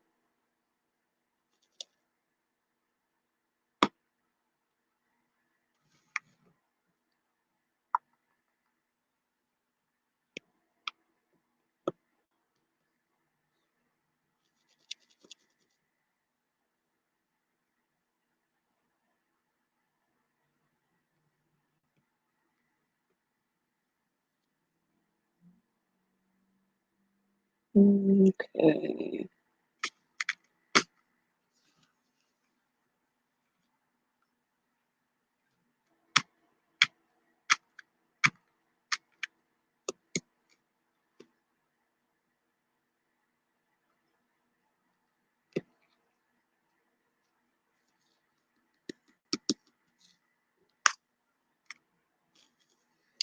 Should not live stream, record it, put it on YouTube. Average girl's wedding. We can all attend. If you live streamed it, then we really could attend.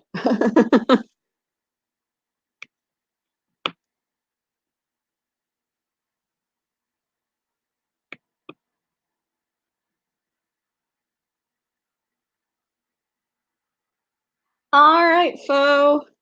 Thanks for popping in. It's good to see ya. I'll probably go ahead and end this anyway because I need to get some eating. I need to eat and get some things done before I got to go to work. And even if I don't really do much of anything else, I can continue to work on this, but at least I can eat and make sure all the animals have food and all of that stuff.